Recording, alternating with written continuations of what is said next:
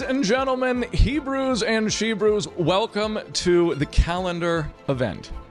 What this is, the idea behind this meeting, is to bring teachers who represent each of the most popular or most widely practiced calendars in the Torah/Hebrew roots community, /Messianic community.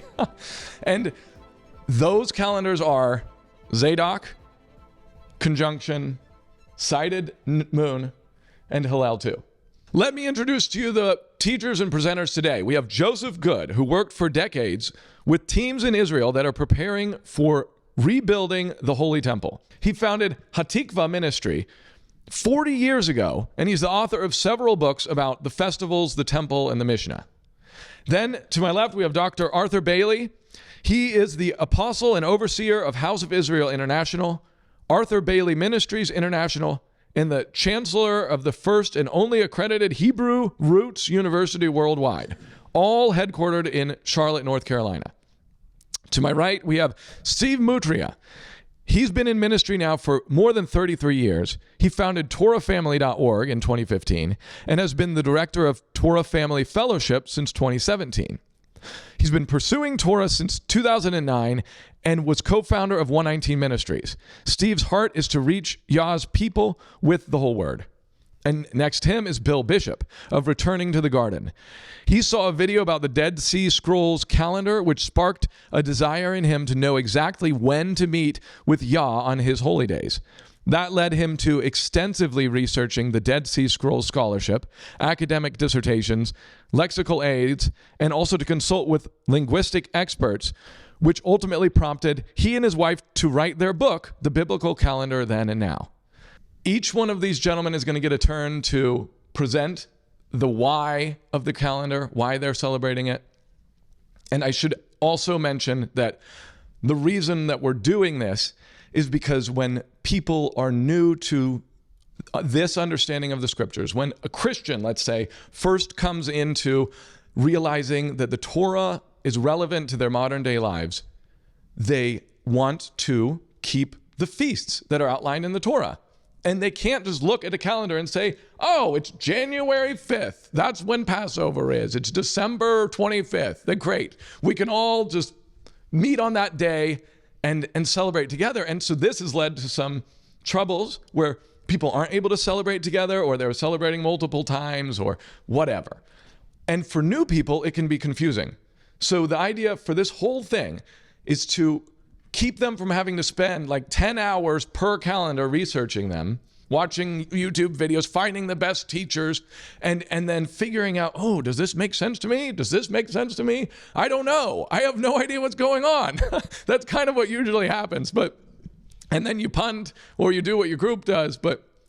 So the idea here is to deliver to anyone watching a short presentation of why these gentlemen who have spent quite a bit of time researching and teaching and speaking about these calendars, why they're observing them personally.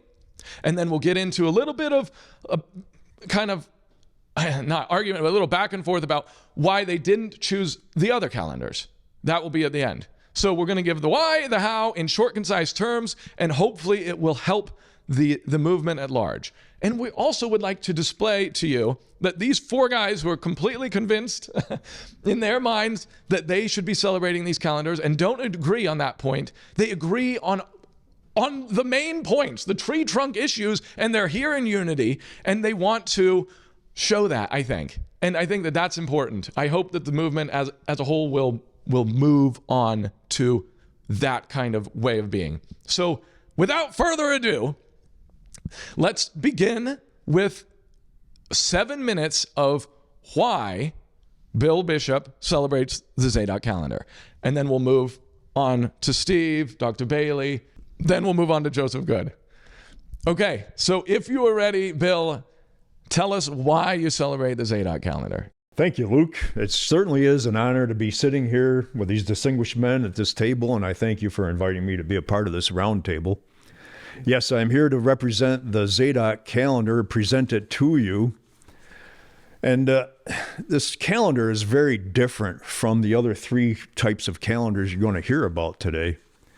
It seems to be a a lot of people may regard it as being another calendar coming in the midst of something that is already a chaotic and controversial subject. And really, it is a very different calendar. And it is, to me, I believe, a calendar that needs to be restored to the Israel people and to the Hebrew people, to our Hebrew roots. And I hope to show you why we think that. It was found in the Dead Sea Scrolls. Now, the Dead Sea Scrolls were discovered over 70 years ago. And there's a lot of information in those scrolls that has validated what we already know about canon, and it has also provided a great insight into what happened during the intertestamental period from the time that the Second Temple was built on up through the time of Yeshua, and what happened there. There was a change that happened in the land, in the temple, in the priesthood, and in the calendar during that time. Have you ever wondered why we don't have more specific evidence to go by in Scripture? I mean, when we want to know about how to start the month, if it's so important to know the months and the days for our feasts, why don't we have specific instructions on how to sight the moon, or how to know when to start the month, or how to know exactly when to start the year? This has been the problem that keeps happening over and over through various messianic cycles. And so this is what led us to look into this calendar. At first, I thought it was some foo-foo thing that somebody made up trying to make a name for themselves on the internet. I really thought that. My wife, Karen, saw something there that provoked her curiosity. And she kept bringing up questions and showing me things that said to me, wow, there's something here. And the thing is, we didn't know much about the Dead Sea Scrolls or any of that to begin with. But then as we moved on to look into these things, we saw that this was indeed a very historic and valid calendar. There is archaeological evidence for its existence and for its use. There is historical documentation, and there is scriptural support. The main thing for us when we wrote our book was to run it through the filter of Scripture and make sure everything lines up. If something there contradicts Scripture, then it's obviously a bogus calendar. And what we found is when we did come across what we thought were contradictions, we found a deeper understanding developed in us for Scripture itself, including with the very beginning in Genesis with the week of creation. And that's what this calendar is based on. It is a creation calendar. In Genesis 1, verse 14, we see God said, this is the King James Version, and God said, let there be lights in the firmament of the heaven to divide the day from the night, and let them be for signs and for seasons and for days and years. And this is on day 4 of creation, right in the middle of the week. So on the first day, we all know he said, let there be light. And that, when he said, let there be light, that was not only the beginning of everything that is for us, it was the beginning of a universe of light that is functioning throughout all of creation. It's all light. Any physicist will tell you that everything, even the sound, when he spoke, there were certain vibrations and frequencies that started to create and make things happen. Along with that, when you have space and you have motion, then there is time. That's what time is the measurement of the moving of the frequencies, the waves, the particles, whatever you want to call them, of light. And light forms even something as hard as this table. It's just a different form of light energy. And so when you look at it at the microscopic and the subatomic level, there's actually more nothing than there is something here. But yet we see a lot of something. And if we hit too hard on something like this, we know it, we feel it. So we are created for a reality that is very physical and very real to us, but yet our Creator is a very invisible, very infinite and anti-physical thing that we have an awareness of. And so the calendar helps us to know where we are in this reality as far as time goes. That's the profound difference of having a calendar working for you and knowing where to go for the feasts and when they are, is to have this time of earthly existence meeting with a heavenly, surreal, infinite Yahweh. Okay, this is, and his commandments, he wants us to be his children, and we are in a type of bondage. That's why we have a Messiah, and we will be able to transcend this physical at some point in time. And being on his schedule, meeting with him at these times, our prayers, our daily walk, and then these special times are so important. There's a Hebrew scholar named Rachel Elior that sells it so well in her book. She says, time is not an arbitrary man-made structure or human order dependent on unstable observations and determinations influenced by external conditions, adjustments, and errors. Rather, time is of divine origin, a cosmic pattern obeying preordained, immutable laws, a cycle that has been repeating since sacred time was imprinted on nature during the 7 days of creation and consecrated through the Sabbath day. So this calendar is based on creation itself, the cycles of time that were instituted there, days, seasons, weeks, and years. And it is a Sabbath calendar. It keeps the Sabbaths intact, all 52 Sabbaths plus the holy days, the annual Sabbaths. And it was preserved by the Zadok priesthood in a place called Qumran, is where we have found it. So we call it the Zadokite Sabbath calendar. And it is just a profoundly simple calendar, and it is very valid and very true calendar that existed before other things happened in history that brought about other changes. Thank you. Steve, give us the conjunction calendar. Why is this Yah's calendar? And also, okay, that's all. For the sake of getting everything in as much as I can, wanted to say I'm going to be reading most everything I can, just because I do better when I do that. I don't forget something. So we know, as you mentioned, brother, Yahweh gave us the parameters of his calendar in Genesis 1. For the sake of it, let me read it. Genesis 1:14, and God said, let there be lights in the expanse of the sky to separate the day from the night, and let them serve as signs to mark the seasons. And we know the word seasons there is Moedim, that being his holy days. Continuing, and the days and years, let them be the lights in the expanse of the sky to give the light on the earth. And it was so. Then it says, verse 16, God made two great lights, the greater light to govern the day, the lesser light to govern the night. He also made the stars. God set them in the expanse of the sky to the earth. So we see Genesis tells us the sun, moon, and the stars are what establishes the Moedim. The holy days, nothing else, nothing else. These three forms of lights reside in the heavens, untouched by man, plus the curses from man's sin don't affect them either. Curses of famines, droughts, storms, or floods don't affect them. Thus, they're governed and maintained only by the will of Yahweh. What's important about these three heavenly bodies is that they show Yahweh is giving everything we need to establish his feast days right here. Yahweh instituted, this is important for me, Yahweh instituted in his Torah, we need 2 or 3 witnesses to establish a matter as seen in Deuteronomy 19:15. Again, 2 or 3 witnesses. Something both Yeshua and Paul expounded on in the references of Matthew 18 and 2 Corinthians 13. So, Yahweh gave us 3 witnesses in perfect alignment with this Torah to establish the matter of when we're to observe his holy days. And so, unlike other calendars, we follow the clock Yahweh hung in the heavens. We incorporate the instructions specifically given in the Torah, the 3 witnesses, to establish this particular matter.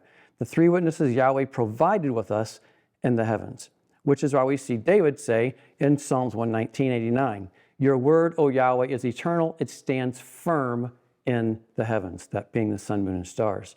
So the sun, moon, and the stars are the heavens declaring his timing, his appointed times, because they move in obedience to his command, removed from outside influence. So I don't have to be concerned about the traditions of fallen man to know his calendar. I don't have to be concerned about the interpretation of when man says the barley is ripe or when man says the moon is seen from Jerusalem. I don't have to be concerned about multiple interpretations from previous religious leaders and forgotten scrolls who formulated the calendar. Those all rely on following man. We're not called to follow man, regardless of what time period they lived in or when they were who they were supposed to be. We're called to follow the word as given through Moses. In fact, Yeshua instructed all of his followers in Matthew 23 with the following. Matthew 23:1. Then Jesus said to the crowds and to his disciples, the teachers of the law and the Pharisees sit in Moses' seat. So you must obey them and do everything they tell you, but do not do what they do, for they do not practice what they preach. He didn't say to follow Jasher. He didn't say to follow Enoch. He said to follow Moses. Plus, he specifically told them not to follow the religious leaders of that day, which would also imply to not follow the religious leaders of any time, but instructed his followers to specifically follow Moses. So, that all being said, we follow the sun, moon, and the stars as Yahweh gave us in Genesis chapter 1, in alignment with the Torah that has to give us, we have to have the sun, moon, and stars for the three witnesses given to us. In this case, it's the following the Moedim, his calendar, what establishes the matter. Now we'll move right on then. Dr. Bailey, if you're ready, will you tell us why the sighted moon is Yah's calendar? First of all, thank you for convening this group. It's good to be in the company of these esteemed brethren and, of course, those who are filming. When I came out of the Sunday church, I was pastoring in several different denominations. And when I come across the Sabbath, I transitioned out from the Sunday church to keeping the Sabbath. I transitioned into Messianic Judaism and observed the Hillel calendar to promote unity with the local Jewish community and the Jews of the state of Israel. Initially, I gave no thought to it, but for some reason it never set right with me. And then later I understood why. As we all know, according to the Torah, Israel went into Egypt as the children of Israel and came out as a nation. This newly formed nation of Israel was given a constitution to follow called the Torah, with commandments, laws, statutes, and judgments. In Exodus 19:6, we know that they were supposed to be a kingdom of priests and a holy nation, and these were the words that Moses was given by Jehovah to speak to the children of Israel. Jehovah established when the first month of the new year would begin for this newly formed nation of Israelites and those who joined with them in the Exodus from Egypt. So my position on when the year began comes from Exodus 12. It is there Jehovah established the new year and the first month of the year being the month of Abib or Aviv. Exodus 12:2, this month shall be for you, unto you, the beginning of months. It shall be the first month of the year to you. Now, the assumption here for me is that there were other calendars. And so for this newly formed nation, it was clearly communicated to them when their new year began. And that word month, Kodesh, the new moon, which is what is used mostly, but also month. And this new month of the new year was further clarified in Exodus 13 as the month in which they departed from Egypt. Exodus 13:3 reads, And Moses said unto the people, Remember this day in which you came out from Egypt, out of the house of bondage, for by strength of hand Jehovah brought you out from this place. There shall be no leavened bread be eaten. And then it says, This day came you out in the month of Aviv. This is further clarified. The word Aviv means fresh, young barley ears. And it's the month of ear forming, of greening of crop, or growing green, which is Aviv, month of the Exodus and Passover. And so this word is used as Aviv in the ear, green corns of ear, or green ears of corn. The first time this word Aviv is mentioned was during the plague of hail in Exodus 9:31. And it says in that verse, And the flax and the barley was smitten, for the barley was in the ear, and that in the ear means the barley was Aviv, and the flax was boiled. That word again, in the ear, is Aviv. But the wheat and the rye were not smitten, for they were not grown up. So having a conversation with a different brother, he wanted it to be clear that when it comes down to the month or the moon, the Hebrew word is Yarek. However, Yarek is what the moon is called in Hebrew, but it's not the phase of a moon, it's the moon as a whole. So I agree that the Hebrew word for moon is Yarek, but Exodus 12 is not dealing with the name of the moon. It is dealing with the phase of the moon coinciding with Aviv barley. And again, there's the word. So Aviv is not simply the name of a month, it's the condition of a crop, specifically the barley crop. Aviv means green corn in the ear, indicating that the barley is at a certain stage and would be ready by the time of presenting an omer of barley for first fruits to Yehovah. When people say things like the month of Aviv, they attribute Aviv to the name of a month, not the condition of a crop. Therefore, the barley being Aviv, an Aviv state at the new moon, stipulates that the new month and new year has begun. After the Babylonian captivity, the Jews adopted the Babylonian month of Nisan. That's where Nisan comes into the picture. So Nisan is the Babylonian name of a month and has absolutely nothing to do with the barley crop or any other crop. So unfortunately, on the Jewish calendar, the name Nisan is represented, not Aviv. Therefore, many today celebrate the month Nisan without any celebration of a new year, and regulated the new year for the Jewish calendar to the 7th month, the month Tishrei. When you ask somebody how can the new year be in the 7th month instead of the 1st month, you get all the answers, and some is in Messianic Judaism, civil new year, religious, ceremonial new year, agricultural new year, coronating the king's new year. Many of these new years were instituted after Joshua, using verses in the Torah to validate them. If it was not clear, Jehovah reiterated to Moses to instruct the Israelites to observe the month of Aviv. Deuteronomy 16:1. Observe the month of Aviv and keep the Passover unto Jehovah your Elohim, for in the month of Aviv, Jehovah your Elohim brought you forth out of Egypt. Deuteronomy 16:1. And that word of observe is shamar. So this instruction in Deuteronomy indicate that it's not just the Passover unleavened bread, first fruits, and the beginning of count to Passover or Pentecost or the Feast of Weeks or Shavuot as some call it, that is to be celebrated, but the whole month is to be observed beginning with the new moon, counting up the 14 days for Passover, the 15th being the first day of unleavened bread, through the 21st and first fruits, which starts the counting up to the Feast of Weeks or 50th day. So this instruction made it essential that one had to know when the month began in order to do the proper count up to Passover, to celebrate the Passover on the evening of the 14th day in the evening, to eat it that night, which has now begun the 15th day, which began at sunset on the 14th day.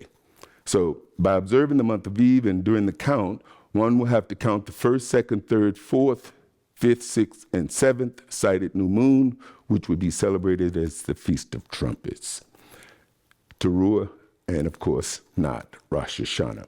So actually one more slide. In conclusion, the Aviv barley, coinciding with the sighted new moon of the first month, begins the new year and the annual feast cycle. Thank you, sir. Joseph Good, will you please tell us why the Hillel II calendar is Yah's calendar? Okay, look, first off, on the name, Hillel II, I disagree with that. In order to explain, I want to go back all the way to the book of Exodus. Okay, the people are coming out of Egypt. They're on the way to Mount Sinai. At Mount Sinai, he says, I'll make you a holy nation, okay, and a royal priesthood. And so we have the establishment of the nation. The Torah is the Constitution, basically. And so as they go, Jethro comes to meet Moshe. And one of the events that occurs in Exodus 18 is Moshe sits all day judging the people from morning to evening. And the people are standing. And he says, wait a minute, Moshe, you're making a mistake here. You're going to wear yourself out. You're going to wear the people out. Listen to me, and God will tell you also, which we see back in Numbers 11. Establish a court, basically. He says, what is it that you do? He says, I teach the people the commandments of God and how to walk in them. Okay, so the word walk is holek. And so that's where we get the word halakha. It's how you walk in a commandment. We have 613 commandments. Not one of them, everyone is controversial. Not one of them are we told exactly how to do. That's where the court comes in. So we have in Numbers 11, this is where he takes 70 elders. And they are ordained. God takes the Spirit upon him. He places it upon them. And then in Deuteronomy 16, it says, establish courts in every city, wherever you are. But in 17, Deuteronomy 17, he talks about the highest court, in the place where he will put his name. Okay, so we have this court, and for us, it's not a matter of how do you calculate the calendar. We have it recorded on what was done. But I want to go to the book of Exodus. And in Exodus chapter 23, let me get to a passage here because I want to read a part of it in Hebrew. In Exodus 23, it says, speak to the children of Israel and say to them, I'm reading from a New King James, the festivals of the Lord. That's not an accurate translation. What it says in Hebrew is moeday, which means appointed times. Now, people think, the festivals, that's the appointed times. So is the new moon. New moon is an appointed time of God, and the setting of that. And it says, which you shall proclaim. Now, when it talks about proclaim, you shall proclaim, it uses a Hebrew verb, otam, which is plural. That's important. To be holy convocations, a mikra kodesh. And it says here in the New King James, it says, these are my festivals. It doesn't say that. It says these. It says, et him moeday. These are my appointed times. Okay. Now you have, that's verse 2. Exodus 23, Leviticus 23, verse 2, and go to verse 44. In verse 44, it says, so Moshe declared to the children of Israel the appointed times of the Lord. Okay, that's a good translation. So Moshe declared, it's singular. Okay, so here is how it was seen. Now Moshe is the head of the Sanhedrin, that court that was established. That is the Supreme Court. And he was the one to declare the month. It had to be ratified. So it says, by the children of Israel. Obviously, every month, all of Israel could not assemble to one place in order to ratify it. And so the members of the Sanhedrin, along with the witnesses who had witnessed the new moon coming. Now, we have where it is described how they did this. It was not a matter of a witness showed up and said, I saw the new moon. Okay, first off, it was at a council building, a court building. The witnesses joined together. There's a place that's called in Hebrew, Beit Yazek. We recently have discovered where this is. They had to be interrogated. We have, first off, you could not come by yourself. Every witness had to be accompanied by someone who was known by the Sanhedrin. In other words, you had to have credentials. And so they would vouch for them. This is a man that he's honest, he is a Torah observer, etc. So then we have how it's described in the Mishnah, in the Tractate Rosh Hashanah, chapter 1 and 2. It describes how they would take the witnesses and they asked questions. They had designs, pictures of the moon. Did you see it like this? Did you see it like that? Okay, so once the moon is determined by the president of the Sanhedrin, he declares it. And this is called Kiddush HaKodesh. And so he declares it, and then it is ratified. And we have exactly how they ratified it. They would say Kadosh, Kadosh, and the month is set. Now there's a cutoff time from when that month actually becomes automatic. And let's say it was a cloudy day. Couldn't see the moon. And so there is a cutoff time, it automatically becomes. Now, in my next part, I will go into how that it went to when they no longer could use the witness system and where it was instituted and the name Hillel II comes out. Okay? Wonderful. Thank you. And now a word from our sponsor.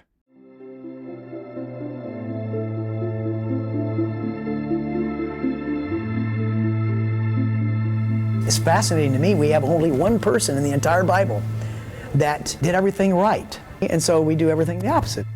I think it's another issue with trying to read the scriptures literally. There's hundreds of laws, and many just don't apply today. If all of these things that are outlined in the Old Testament really point to our Messiah, it really begs the question, now why don't we do it? Paul says, away with these shadows, we have the substance that these shadows were pointing to, namely Jesus Christ. He who says he abides in him ought to himself walk just as he walked. Look at all these years that we've read these scriptures and we've missed core things in the scriptures. What you're doing is retrieving ancient truth that's been neglected or corrupted by church practices. Yeah.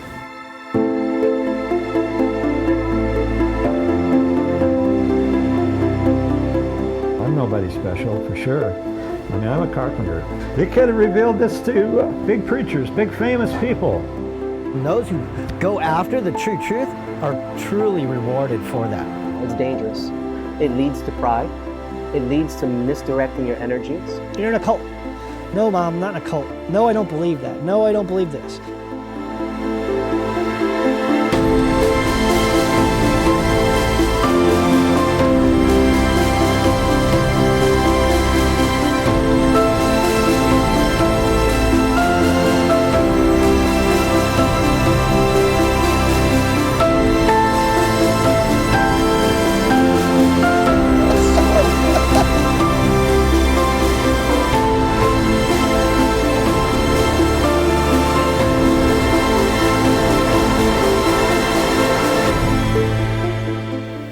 Everyone will see it.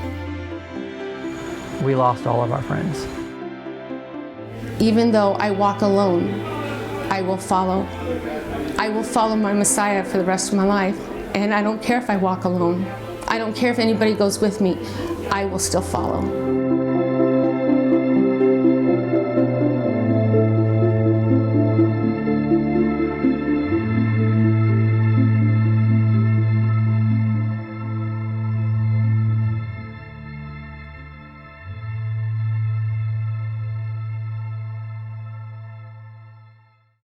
And now back to the show. This is Act 2. This is not a defense of anyone's calendar. What we're trying to get here is instructions on how to do it. This is the how-to guide for someone who is wanting to keep your calendar. Each presenter will take turns answering, how does your calendar work? How do you determine the new year? And how do I know when a month is over and when a new month begins? We'll leave it to them to get to all of that. And we will begin, again, with Bill Bishop and the Zadok calendar. Thank you, Luke. As you can see, I have a diagram here behind me to illustrate. And like I said, this is a very different calendar from the others. We do not use the moon as a determination of months here. The only thing that we see to start the year is right here at the vernal equinox. All right. Once the vernal equinox, that is the equinox in the spring, when the sun is exactly timed over the crosshairs of a sundial, and the earth is going from the longer nights and shorter days into the time of year when we have longer days and shorter nights. That begins the spring season.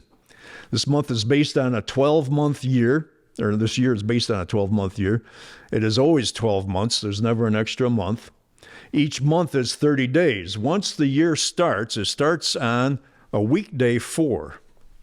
That is the day when the heavenly bodies were put into the celestial heavens in order for us to be able to know how to tell time, starting with the first day of sun and moon over day and night. And so then weekday 4, right after the vernal equinox, see, this is when the year ends. On weekday 4, we start counting our weeks. We count, it's still the seventh day, this is a weekday 4, so when we get to the seventh day, that is the first Sabbath of the year. It is the 4th day of the first month, is the first Sabbath. You can see that over here on this side. And so the 7-day weeks have the integrity that is kept here from creation. Each quarter of the year is made up of 13 weeks. There is 90 plus 1 days. We have 3 months of 30 days, and then there's a day of transition. And you can see over here how they have 1, 2, 3 months composing a season. Each of them are 30 days, and then this extra day here is a day of the week. It is a day of the year. It is not counted as a day of a month. The months are considered to be 30-day months. So every quarter is 91 days, even though we have 3 30-day months. That takes a little bit of getting used to, but it's a day of transition. It's a marker. And this is discussed heavily in the books of Enoch and in the Jubilees. As you go down, one of the things about this calendar is it has the 1st, 4th, 7th, and 10th month are all identically the same pattern. Same thing going down with these, the same thing going across. Every season has the same pattern of 3 months. So you go around the year, you have a day of transition and start over. This starts over on a weekday 4, just like we did at the beginning of the year, the 4th month, a weekday 4. And we go for 3 more weeks or months, composed of 13 weeks, 90 days until the next day of transition.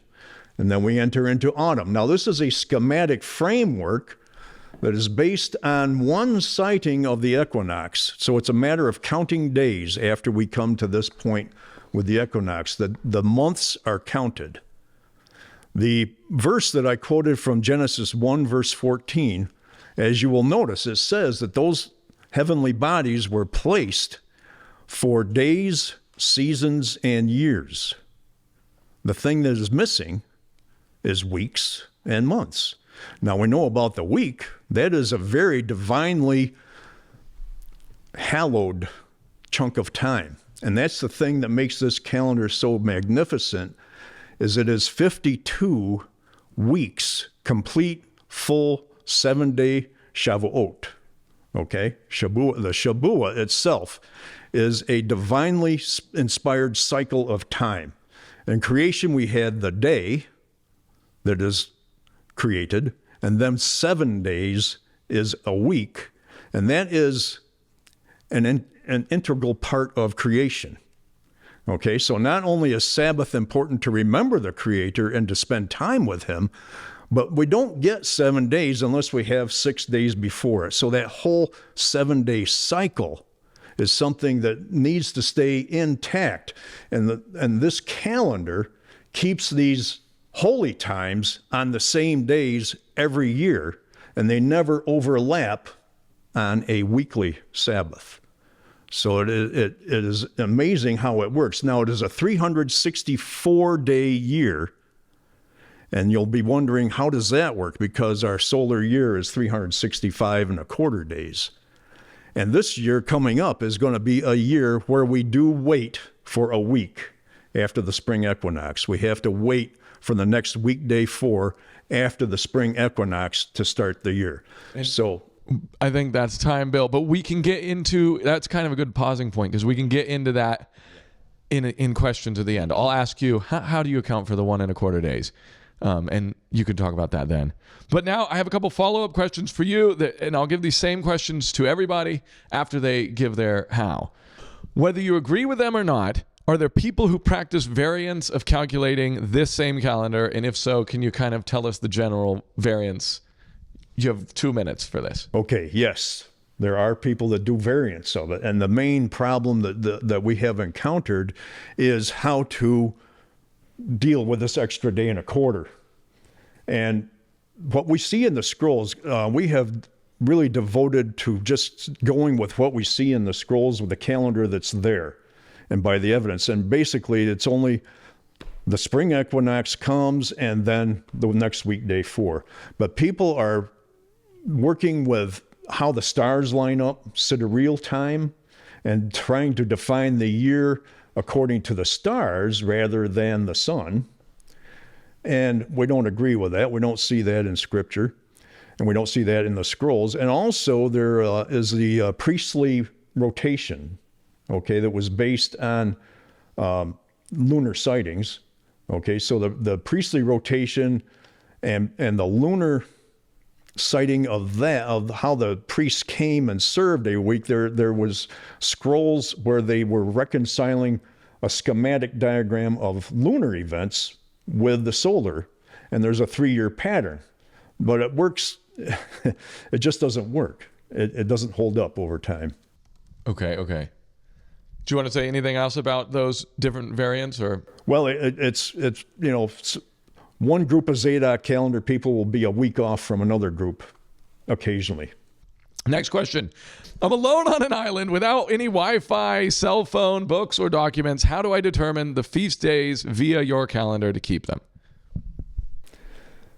That's an awful question to ask. I don't know if I could do that even on our regular calendar. But the thing is, you have to know where you're at when you end up on this island.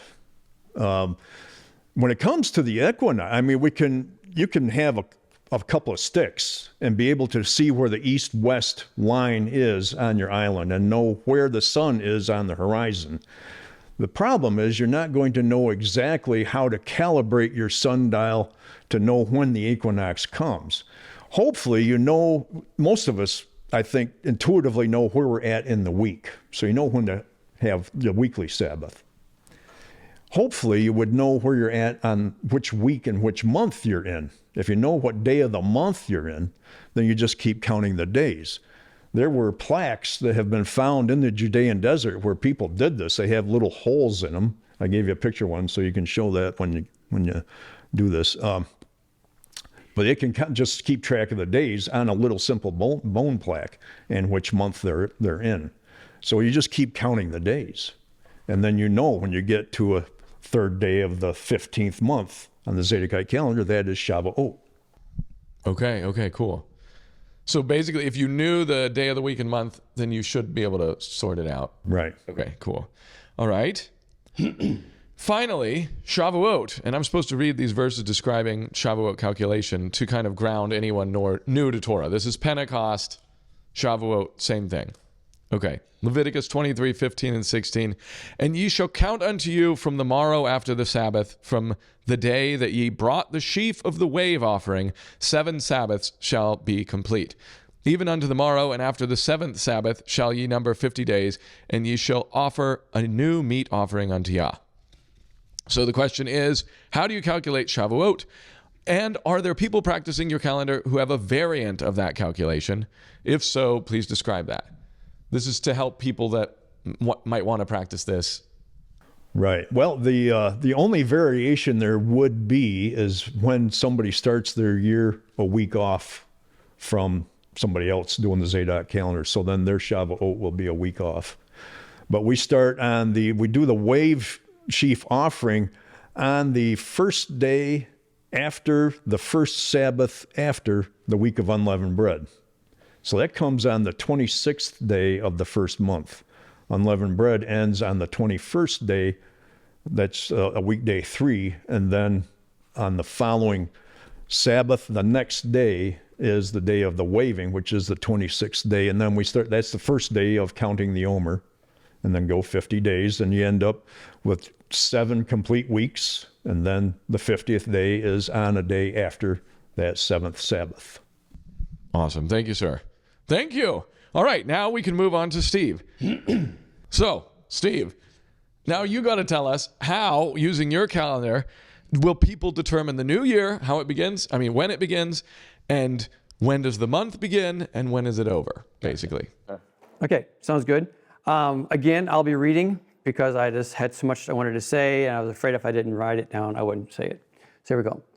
As noted in the beginning, we see in Genesis 1, Yahweh gave us the sun, moon, and the stars to establish his Moedim, not only the sun. And at that time, it was a perfect 360-day cycle with perfect 30-day months. The sun, moon, and stars synced perfectly together like the 3 hands on a clock. So what happened to this perfect clock? When did the perfect 360-day year that so much of history and archaeology points to get changed to 365.25? It's when Hezekiah had the shadows go backwards on the sundial 10 steps. It made the hour and minute hands go off of the clock, go out of sync with never fully recovering. But Yahweh never gave any other witnesses or did away with the witnesses he established for the Moedim. He simply allowed them to rotate autonomously. So instead of having one clock with 3 hands in perfect alignment, we now have 3 separate clocks with 1 hand on each to watch independently now. And just like runners in a race listen for the ready, set, go, we do the same now with the sun, moon, and stars. They have to complete their separate cycles in their proper order, the farthest to the nearest. The constellations of the stars represent the hour hand.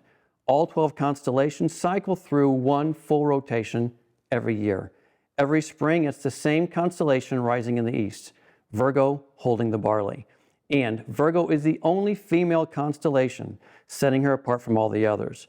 Sadly, she's worshipped by the pagans as the Queen of Heaven. So the constellations represent the hour hand. When Virgo rises begins to rise, we know the beginning of the year is at hand. Then we go to the next clock, the sun representing the minute hand. It crosses the equator twice a year, starting the only 2 biblical seasons, summer and winter, the beginning of the year and the turn of the year. Thus, we start the first one after the rising of Virgo. When the sun crosses the equator, the minute hand has just given its mark. We then go to the last clock, the second hand, the conjunction of the moon. The conjunction of the moon now happens on average 12 to 13 times a year. We start with the first lunar conjunction after the equinox, which comes after the rising of Virgo.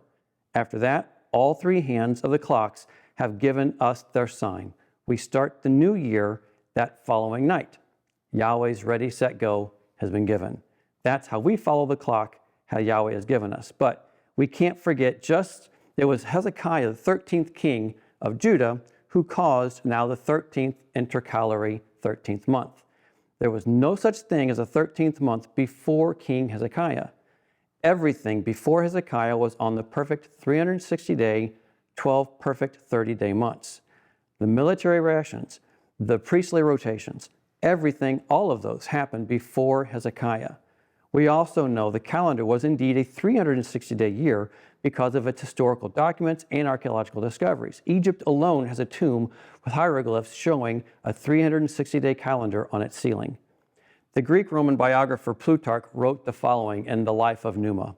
I say, quote, "During the reign of Romulus, estimated between 753 to 716 BC, they had been irrational and irregular in their fixing of the months, reckoning some at less than 20 days, some at 35, and some at more. They had no idea of the inequality of the annual motions of the sun and moon, but held to the principle only that year should consist of 360 days. It was in fact Rome who added the 4 added days and calling them non-days because they maintained a year was to remain at 360 days. But many miss how Hezekiah's reign is believed to have been approximately 716 to 697 BC, connecting the time with Romulus' reign and the king of Hezekiah. They were both together. Is this a coincidence? We only have 5 short books that reference the time after Hezekiah to the New Testament. Those short books are Ezra, Nehemiah, Haggai, Zechariah, and Malachi. The 13th month would have only been noted for one of 2 reasons. If something of significance had happened in that month, and remember, it's a month that would only happen every 2 or 3 years, or if the 13th month was to play a role in prophecy. Any efforts, in our opinion, to say a 13th month is unbiblical needs to be reconsidered. Follow-up question. Whether you agree with them or not, are there people who practice variants of calculating your calendar? And if so, what are they? Yes, I know of 2, and I have all this written down too. Again, forgive me. No worries, no worries. I know of 2. One starts the month on the day of the lunar conjunction, meaning if the junction happens at 3 in the afternoon, then they say that day is the first day of the month. However, that means they're calling the first half of that day the first day of the month without the sign ever happening. Thus, they're retroactively starting the month before the day the sign is given. That's simply, for us, the date of the sign. And you can't start a new month, until you have the sign. That following evening after that would be when the day begins. Now, for us, again, there's some who don't always follow the order of the signs given in the luminaries. They'll start the year, meaning this way, I should say. They don't wait for the signs of ready, set, go. They may say ready, go, and forget the set. In other words, if there's a lunar conjunction 5 days before the equinox, they'll start the first month of that year with that lunar conjunction instead of the one that happens 24 days after the equinox. When they do this, they're not going with the ready, set, go. They're going ready, go, and completely ignoring the set. And that can result in them celebrating Sukkot too early. Torah says to celebrate Sukkot at the turn of the year. This is seen in Exodus 34:22. But if one follows the ready, set, go as Yahweh has given us, you'll always have the spring feast in the spring, the fall feast in the fall. Got it. Thank you.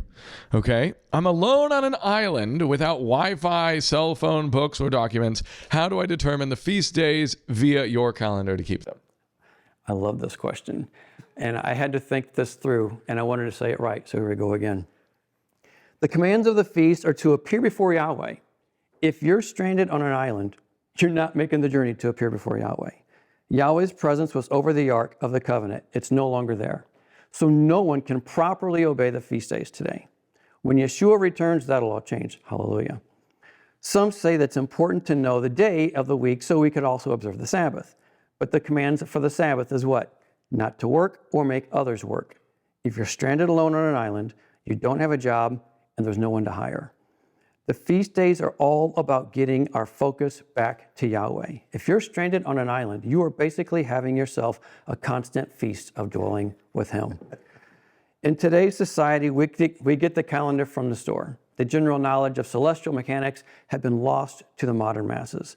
Unless one follows the celestial cycles in the sky like the ancients did, you would not know. Sadly, today, we all rely heavily on other sources to find these markers. Now, that's not to say the markers are not there, because they are. It simply means we have lost the proper knowledge of how to read them. What many ignore in this argument, what if it's a Jubilee? What if next year's a Jubilee? How would you know? You wouldn't unless you were with those who were keeping the count. We're commanded to keep the Jubilee. We agree to this, correct? But many dismiss the Jubilee while saying we can't dismiss the feast or the Sabbath. We're not judged. If you get anything, please get this. We're not judged if we don't keep something because of inability or ignorance. We're judged if we understand and we still refuse to keep it. That's Numbers chapter 15. Finally, Shavuot. How do you calculate Shavuot? And are there people practicing your calendar who have variants of that calculation? If so, describe them. Regarding the variances, I'm not sure. I'm sure there are. I haven't studied there, and I wouldn't want to misrepresent them. I can say that from, Leviticus 23:15, as you read it earlier, we believe that day is kept to the example that he gave from Egypt. And I'm going to read this again. Shavuot is given in the book of Exodus, shows exactly 50 days from the day they left Egypt to the day they made the covenant with Yahweh at Mount Sinai. Again, that's 50 days to the day. And I cover this in our teaching simply titled Shavuot out of Egypt. Yahweh kept his Passover on Passover. So we know he kept Shavuot on Shavuot. This means the first fruits was the day after Passover in Egypt, with Passover being on the evening of a Sabbath. Thus, the command in the scriptures to begin when? Counting after the Sabbath. But why not make the command to observe first fruits to be on a specific numbered day, like of the month, like all the other feast days? They all have a specific day and a specific month. Why not the same? It's because of what it would mean for us in the future. Hope became a reality for the Hebrews the day they left Egypt. Hope became a reality and became alive for Yeshua's disciples the day Yeshua rose from the grave. Both days started the 50-day count to Shavuot.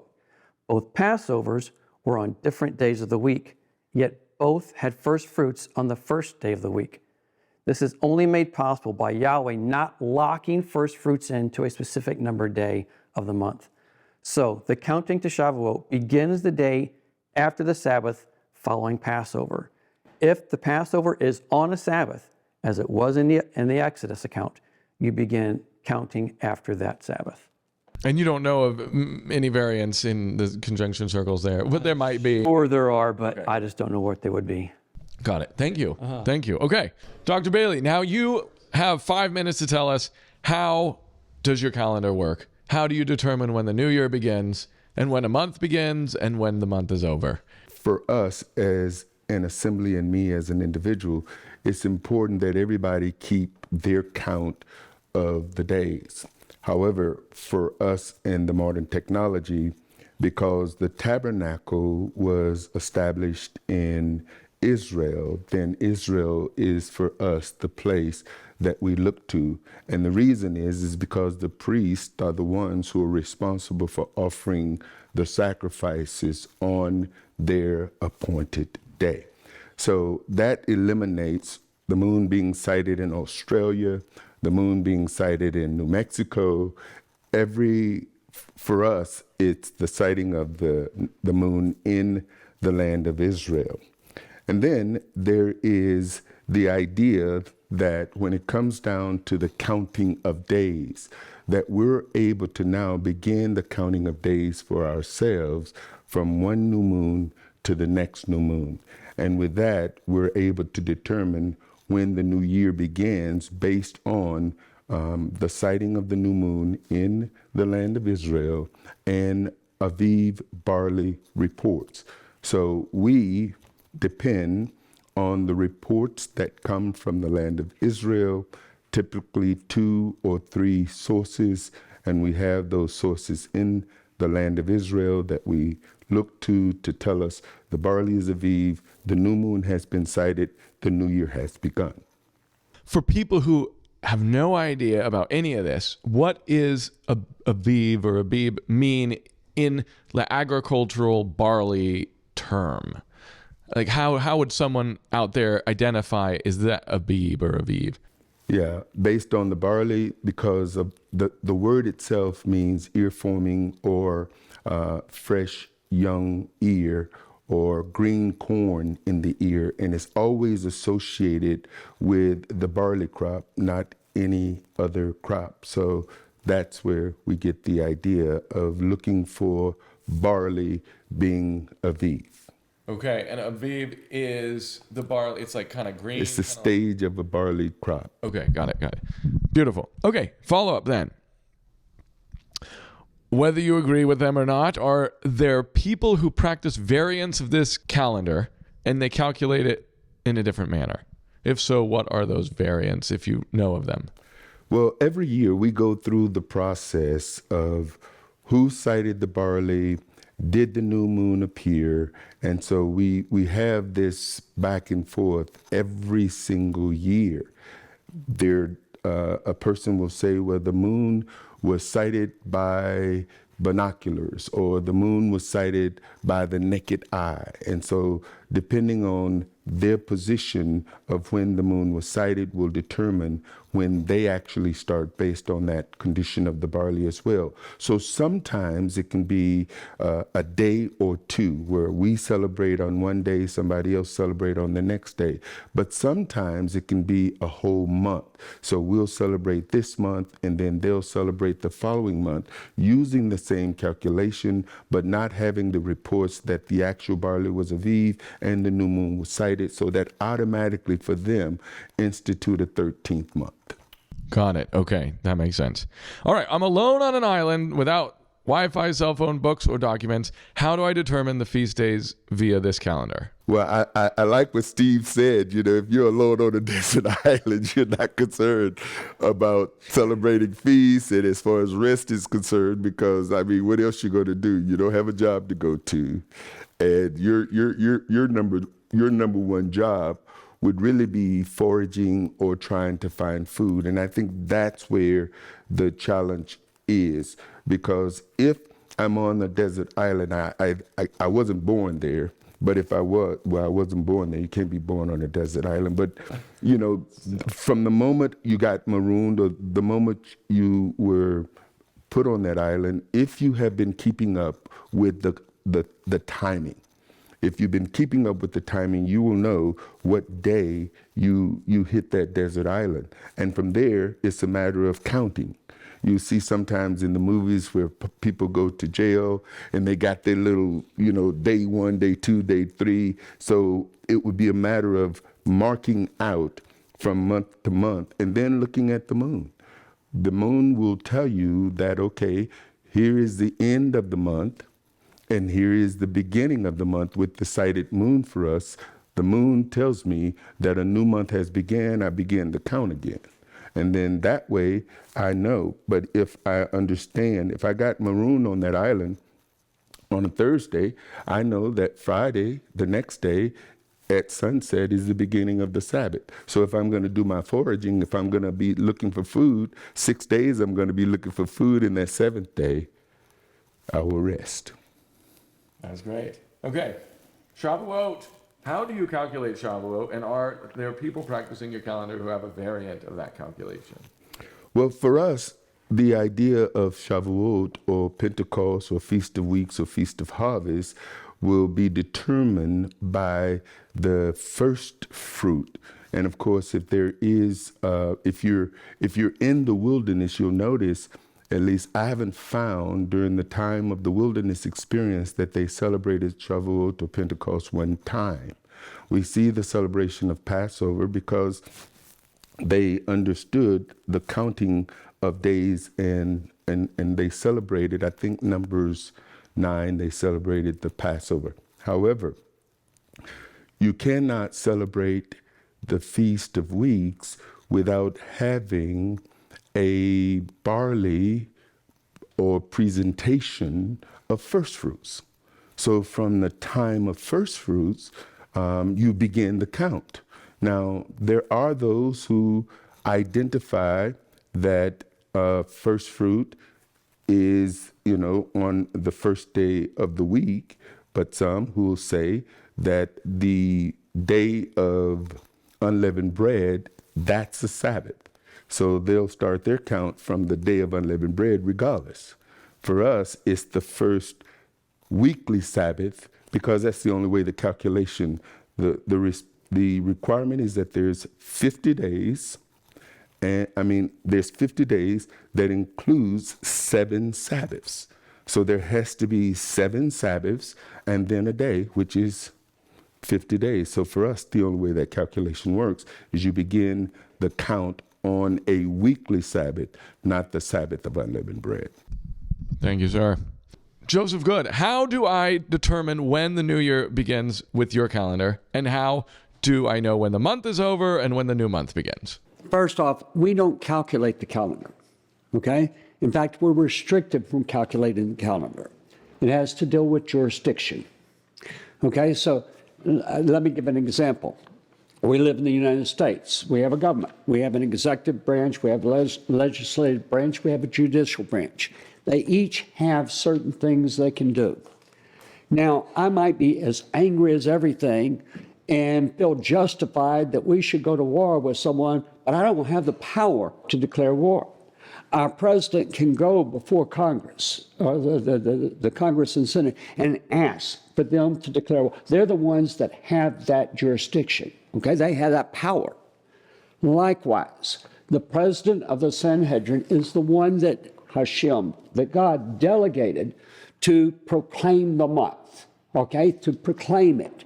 So no one else had that power, okay? And we're going to see, you mentioned the Hillel II calendar. How did we get that name? What does that have to do with things? Okay, so the calendar, the month has to be declared by the one that was appointed by God. Then it has to be ratified. And as I mentioned, it's ratified by they say Kadosh, Kadosh, they sanctify it. This is the members of the Sanhedrin, as well as the witnesses that had come to testify that they'd seen the new moon. Now, I don't have time in the brief time we have here to go through the process of questioning, but it's very detailed. I mean, it's not just, well, you saw the moon. They have to verify who they are. They have to have credentials, basically, and they have to come in. They will be examined, cross-examined, and re-examined. They have to have multiple that come in that say the same time.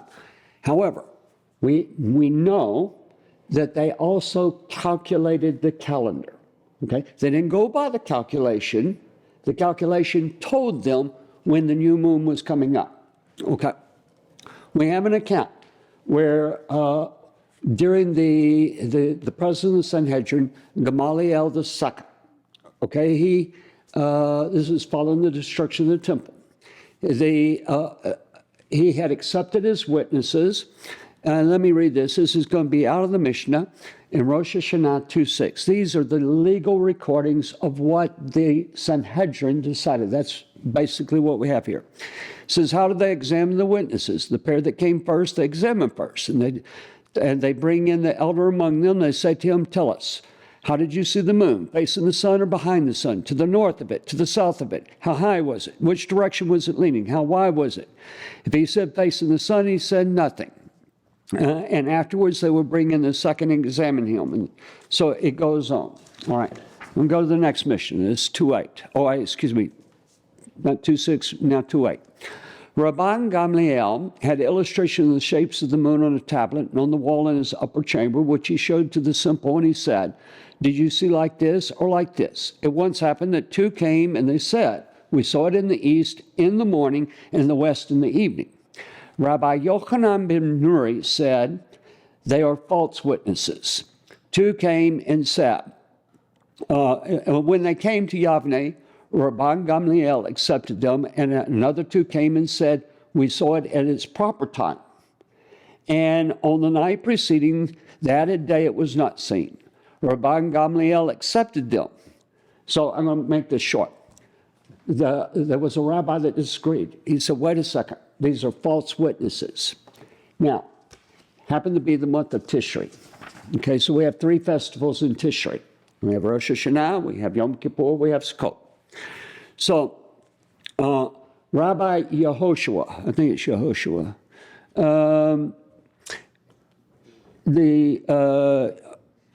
it's either Rabbi Yehoshua or Rabbi Yonatan. It says, Rabban Gamliel, that means he's the head of the Sanhedrin, sent him, I order you to come before me with your staff, with your money on Yom Kippur that falls according to your calculation. Okay, so we know they calculated. He took his staff and his money in his hand and went to Yavne, to Rabban Gamliel on the day that Yom Kippur fell by his calculation. Rabban Gamliel stood up and kissed him on his head and said to him, come in peace, my master and my disciple. My master in wisdom, my disciple, because you accepted my words. So we have where it's explained. Rabban Gamliel stood up and kissed him on his head and said to him, come in peace, my master and my disciple, my master in wisdom and my disciple, because you accepted my words. We may be running out of time, but go ahead. Let me finish this last sentence. In this manner, Rabban Gamliel persuaded Rabbi Yehoshua that he issued his order only because he feared that the Torah might be split into two teachings, one following one calendar, others following another, and that people would be split into sects. Okay, that was one of the purposes of the Sanhedrin, is to keep unity among the people. Well, we're seeing, I guess, some of the fallout of not having unity, actually, right now. Okay, so thank you very much, sir. Whether you agree with them or not, are there people who practice variants of your calendar? No. Okay, great. We'll skip that one. I'm alone on a desert island, no Wi-Fi, no books, no documents. How do I determine the feast days with this calendar? First off, by looking at the moon. Okay, when you see the moon going to the new moon, you know that it's the first of the month. You might be off a variant. You might be off a little bit ahead, a little bit behind. Middle of the month, new moon, you can tell it. So in a situation like that, you would do the best that you could. Same thing for Shabbat, okay? Shabbat, I'd spend an extra time doing Sabbath prayers, okay? If I calculate that it's the time for a festival, then I'm going to do everything I can towards that time. But it's not by the letter of the law, but the spirit of the law. And so it would be as best as you can do, and it would be accepted by God. That's great. Thank you, sir. How do you calculate Shavuot? Are there people who practice this calendar who have a variant of that calculation? Let me answer the second question first. Okay. We don't have variants, okay? Because it was put forth by the president of the Sanhedrin, and it was ratified, okay? What we do have, so Shavuot is going to be with whatever time you find it on the Jewish calendar. Now, we don't have witnesses today, okay? So they have witnesses all the way to the year 363 Common Era, okay? But the Romans, who had now become Byzantines, okay? They would, any judges that were caught were killed. Any towns they convened were burned. Any witnesses that were caught were executed. So for the sake of the people, that's where they went to the calculated calendar. That was at the time of Hillel II. Now, the last act of the Sanhedrin, and you can find this very easy. This is the Wikipedia article. You can find it in Jewish Encyclopedia, Encyclopedia Judaica. You can find it in any number of places. But I wanted to use something that would be very easy for people to look up. Because it had become too dangerous for the witnesses, and because it was too dangerous for the judges, but also because it was their responsibility. The people would have no calendar. The people would each have to calculate a calendar, and everybody would divide, and we would have Sukkot being celebrated here on one week, and Sukkot being celebrated another week over here, and another week over here, and there'd be all these calendars that would come up. And that's what we're seeing today. And so their last act was to publish the calendar, which was proclaimed Kiddush HaKodesh by the president of the Sanhedrin. It was ratified by the people there and the last witnesses, and that calendar would stand until a Sanhedrin would arise in the future, as prophesied in the book of Isaiah chapter 1. And they would go back to the calendar system. In other words, in order for the people to have a calendar that they could calculate the days in the way that God said, you shall do it. That's where we are. Thank you, sir.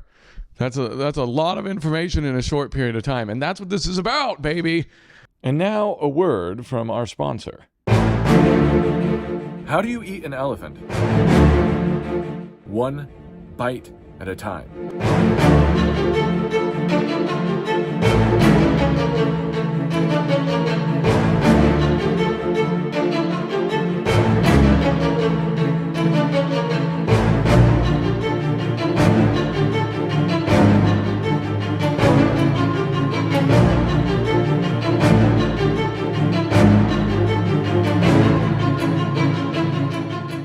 And now back to the show. Act 3. Now it's time for a challenge round where each one of these representatives gets to critique each of the other calendars. And we're going to do this starting with the Zadok calendar.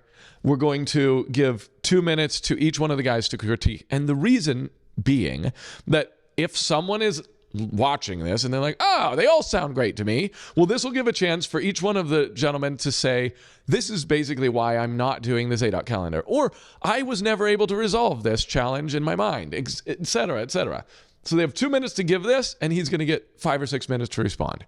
So we're starting with Zadok simply because he's on the far, my right, and we'll start with questions because Joe Good is on my left. So Mr. Good, we'll start with you. Could you please ask any questions that come to your mind? Okay. I'm going to pass. I have no questions right at this time, but let me pass the torch. Okay. All right. We'll move over to Dr. Bailey. Okay. What questions do you have for the Zadok calendar for Bill? Well, of all the calendars that I've heard, the Zadok calendar is the newest one that have showed up on the scene. So I have several questions.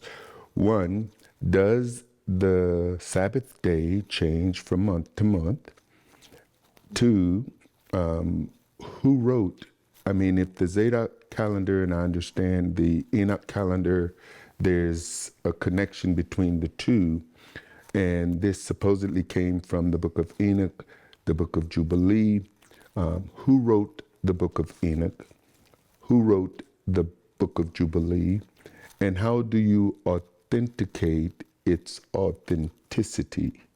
Now we'll move to Steve's critique or questions of Zadok. Okay.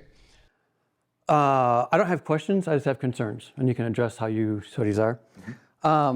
First, my biggest concern is you only follow the sun. You completely, it seems from all the studies that I've done, you completely disregard the moon and the stars, which again does away with the three witnesses that Yahweh establishes.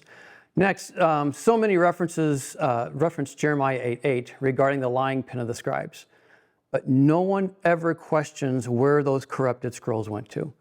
As of all of these corrupted writings just vanished, what happened to them? And I'll read the verse. It says, "How can you say we are wise, for we have the law of Yahweh, when actually the lying pen of the scribes has handled it falsely?" And remember, this is right before the Babylonian invasion. This is approximately a little over 100 years after King Hezekiah. So we know everything has been out of whack at that time. These corrupted scrolls went somewhere, and yet no one wants to question the book of Jubilees that's supposedly written by Moses, but contradicts Moses in the book of Genesis. As noted earlier, Genesis tells us it's the sun, moon, and stars that established the Moedim. But Jubilees has Moses saying it's only the sun that establishes the Moedim.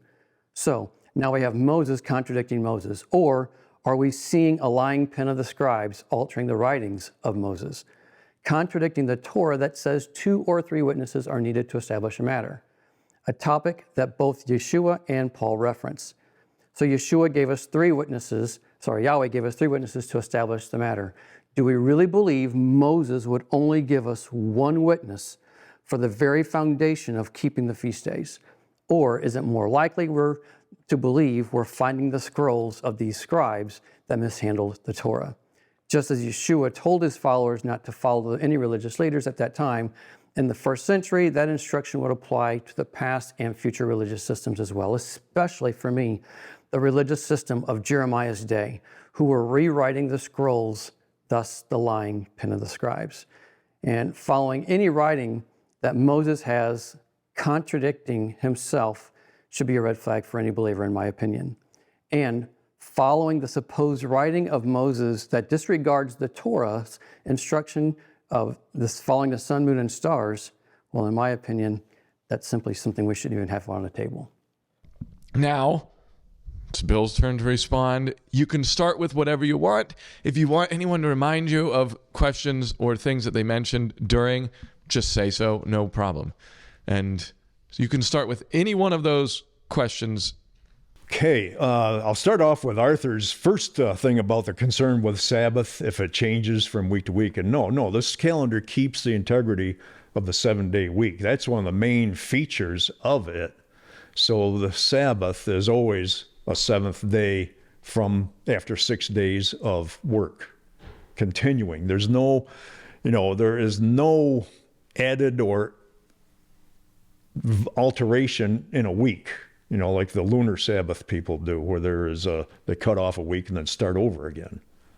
It is always a 6-day pattern followed by a Sabbath through the whole year, just like we do now, basically. So it does not change. The authenticity and I think a lot of what Steve is concerned with here that he's expressing, I think it has to do with understanding the legitimacy of the Zadok priests. Why is that so important?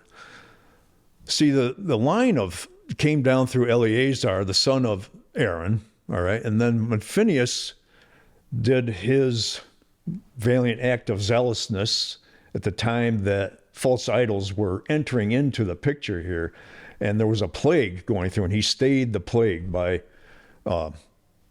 throwing a javelin through the couple in the tent.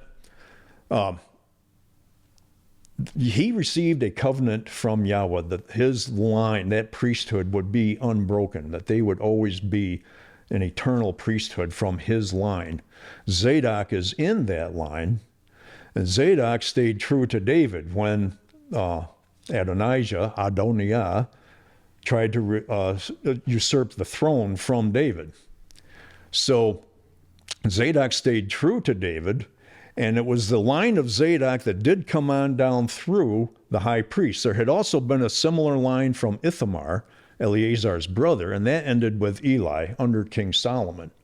So the only line of high priests that continued on were from the sons of Zadok. Now then, we know there were problems as Israel went through time. There were good kings, bad kings, and must have been some good priests and not so good priests too, to allow corruption, and then they get back on track and so on. But the line of Zadok is, those sons of Zadok, is the official line of priests. And when they went into captivity, that was unbroken. When they came back, Yehoshua, the first high priest of Ezra's temple, was a grandson of Seraiah, who was of the line of Zadok. Seraiah was the last high priest when the first temple was destroyed and when they went into captivity. So the Zadok priests are the official priesthood that was in charge of determining the feast times and hallowing the Sabbaths. See, it's not a matter of 2 or 3 witnesses. 2 or 3 witnesses is a matter of legal matters within the law.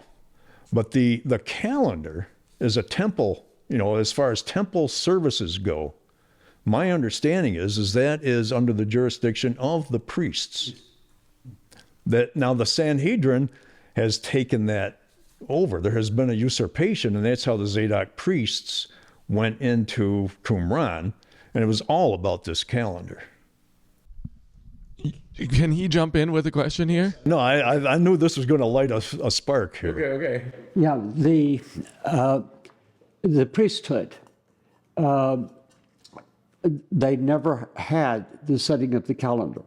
Okay, it was we have the line of the Sanhedrin, and we have all the way to the 322 Common Era, when they had to establish the Hillel calendar.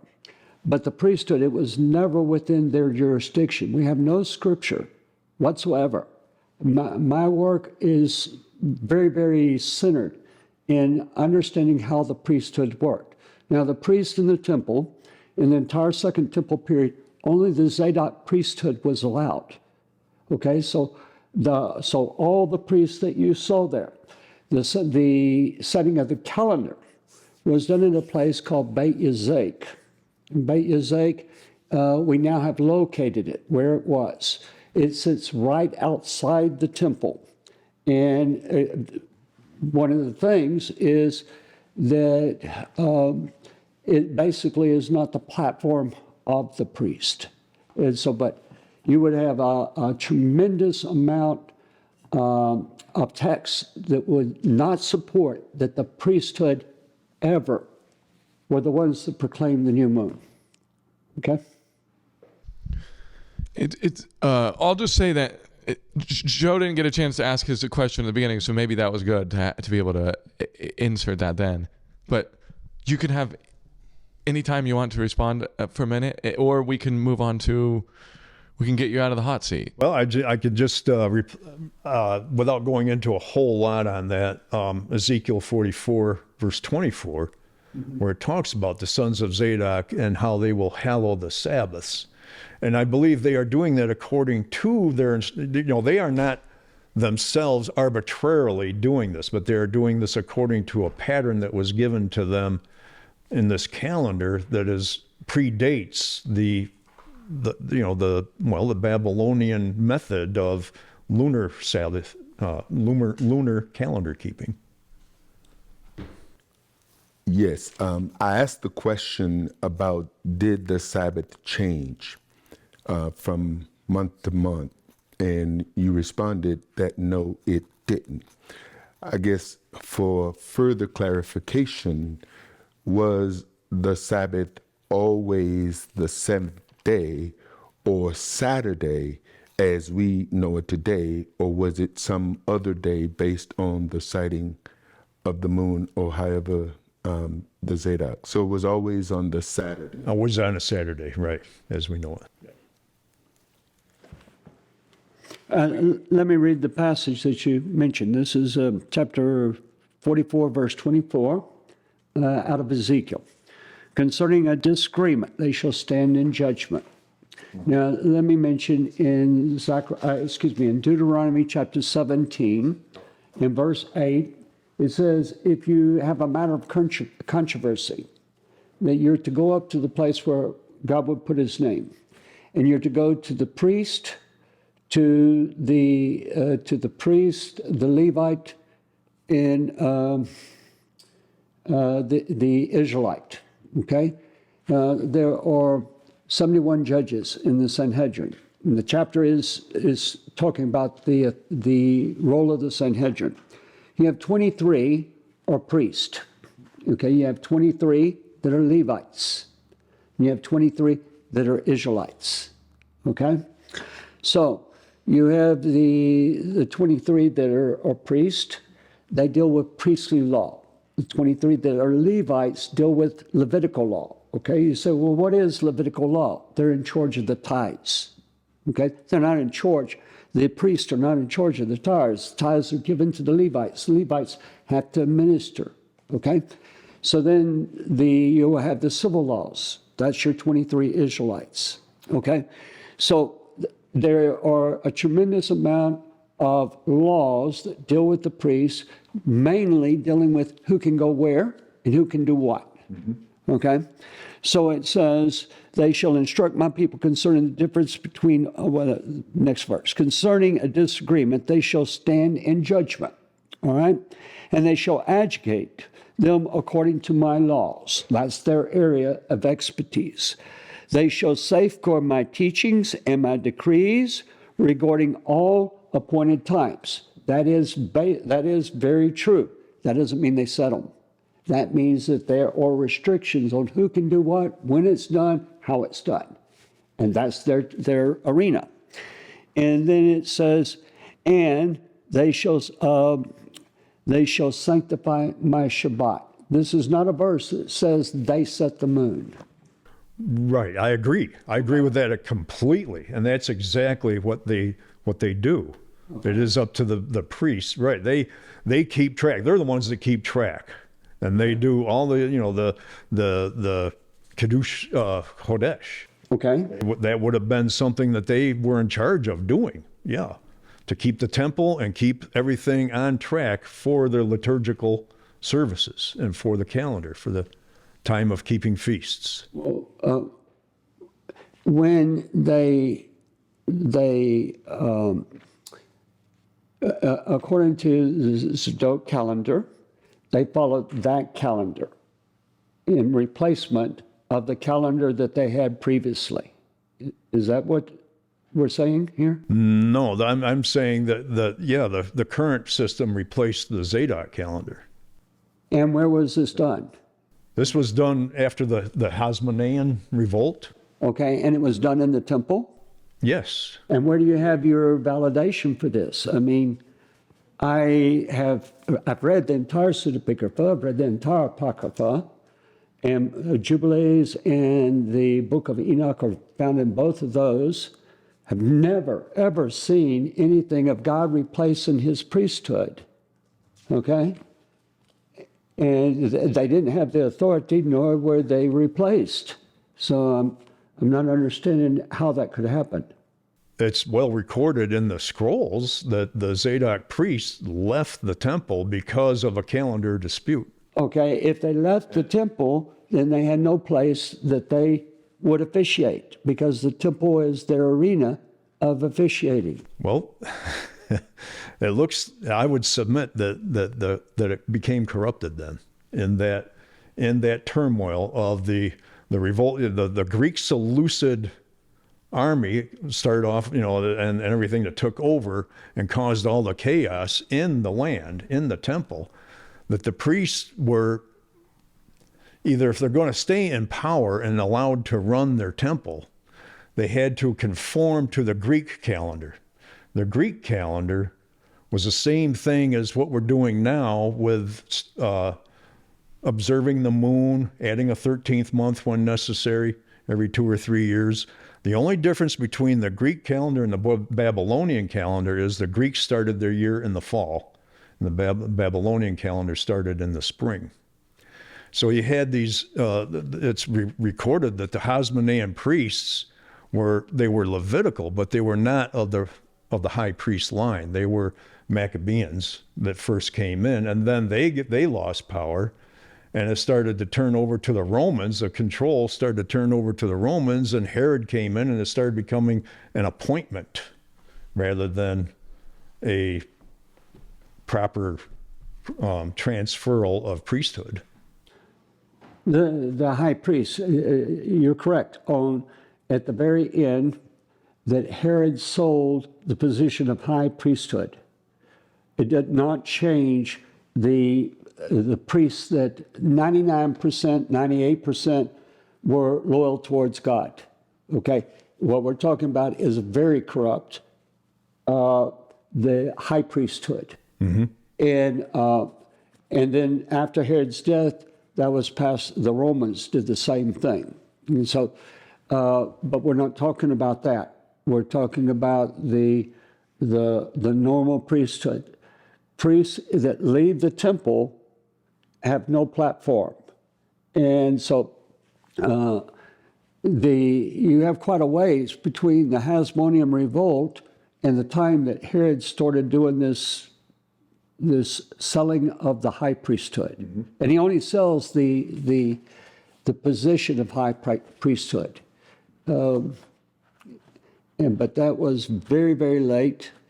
And it is... yeah, it was probably around the 30 BC or so when he first came in. Maybe around 30. I would give it a little bit later. Herod died in 4 BCE, mm-hmm. So it's going to predate that. The house of Ananias, the house of Caiaphas, they're related. We have the high priesthood there. Ananias had himself as high priest 5 sons, 1 son-in-law, which was Joseph Caiaphas, and a grandson. Now the house of Boethus, they had the same thing. They did that. But the normal term they would serve is 1 to 2 years. And then they would kick them out so they could get more money. Okay? Their part on the administration was almost nil. They hardly did anything. Okay? So can I jump in here? I can save this for later, for the question round later, but I want to see if I can clarify for myself if I'm understanding where the question is here. It sounds as if Bill is saying that the priesthood that was in charge of the calendar at some point became corrupted, and that calendar also became corrupted, something like this. And you're saying only the high priest position was sold off and the calendar was never in their jurisdiction. Cool. Should we continue down this lane or should we move on? Could go on forever. Yeah, I say you're never gonna have an ending on this. Okay. I think we've said what we need. Okay, we'll move on. And if something huge comes up, we'll have closing statements. Just want to say I can appreciate the understanding, though. There is a valid argument that the priests that stayed at the temple are the priests that were in power. And so the real debate is not maybe so much about how the calendar changed, because the calendar did change then, but what were they doing before all that happened? Okay. Wonderful. Thank you. Okay. Now we will move to the next calendar, which is yours, and everyone will roast him. Be nice. Really, everyone will just give their questions and or critiques and or why they aren't already observing the conjunction calendar. That's really what we're trying to get at here. And I guess we'll start with you again, Mr. Good, if you don't mind, Joe. The big problem I have, between the conjunction and the society, the citing. I mean, I see positive things in each, but it comes down to the individual. The individual cites the moon, he follows the sighting of someone else.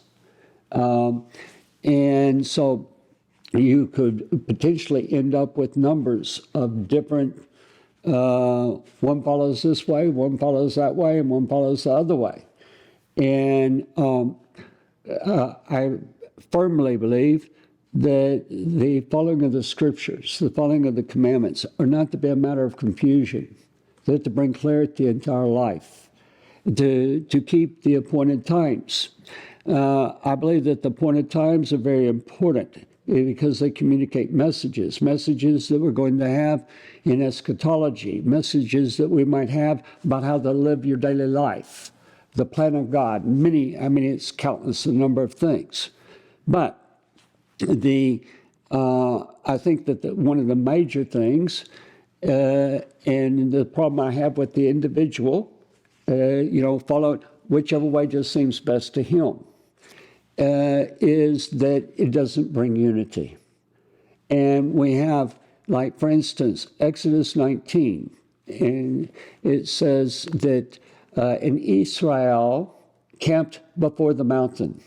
Okay, so actual books have been written on that verse because Israel is a plural noun, but the verb that is used for the camped is singular.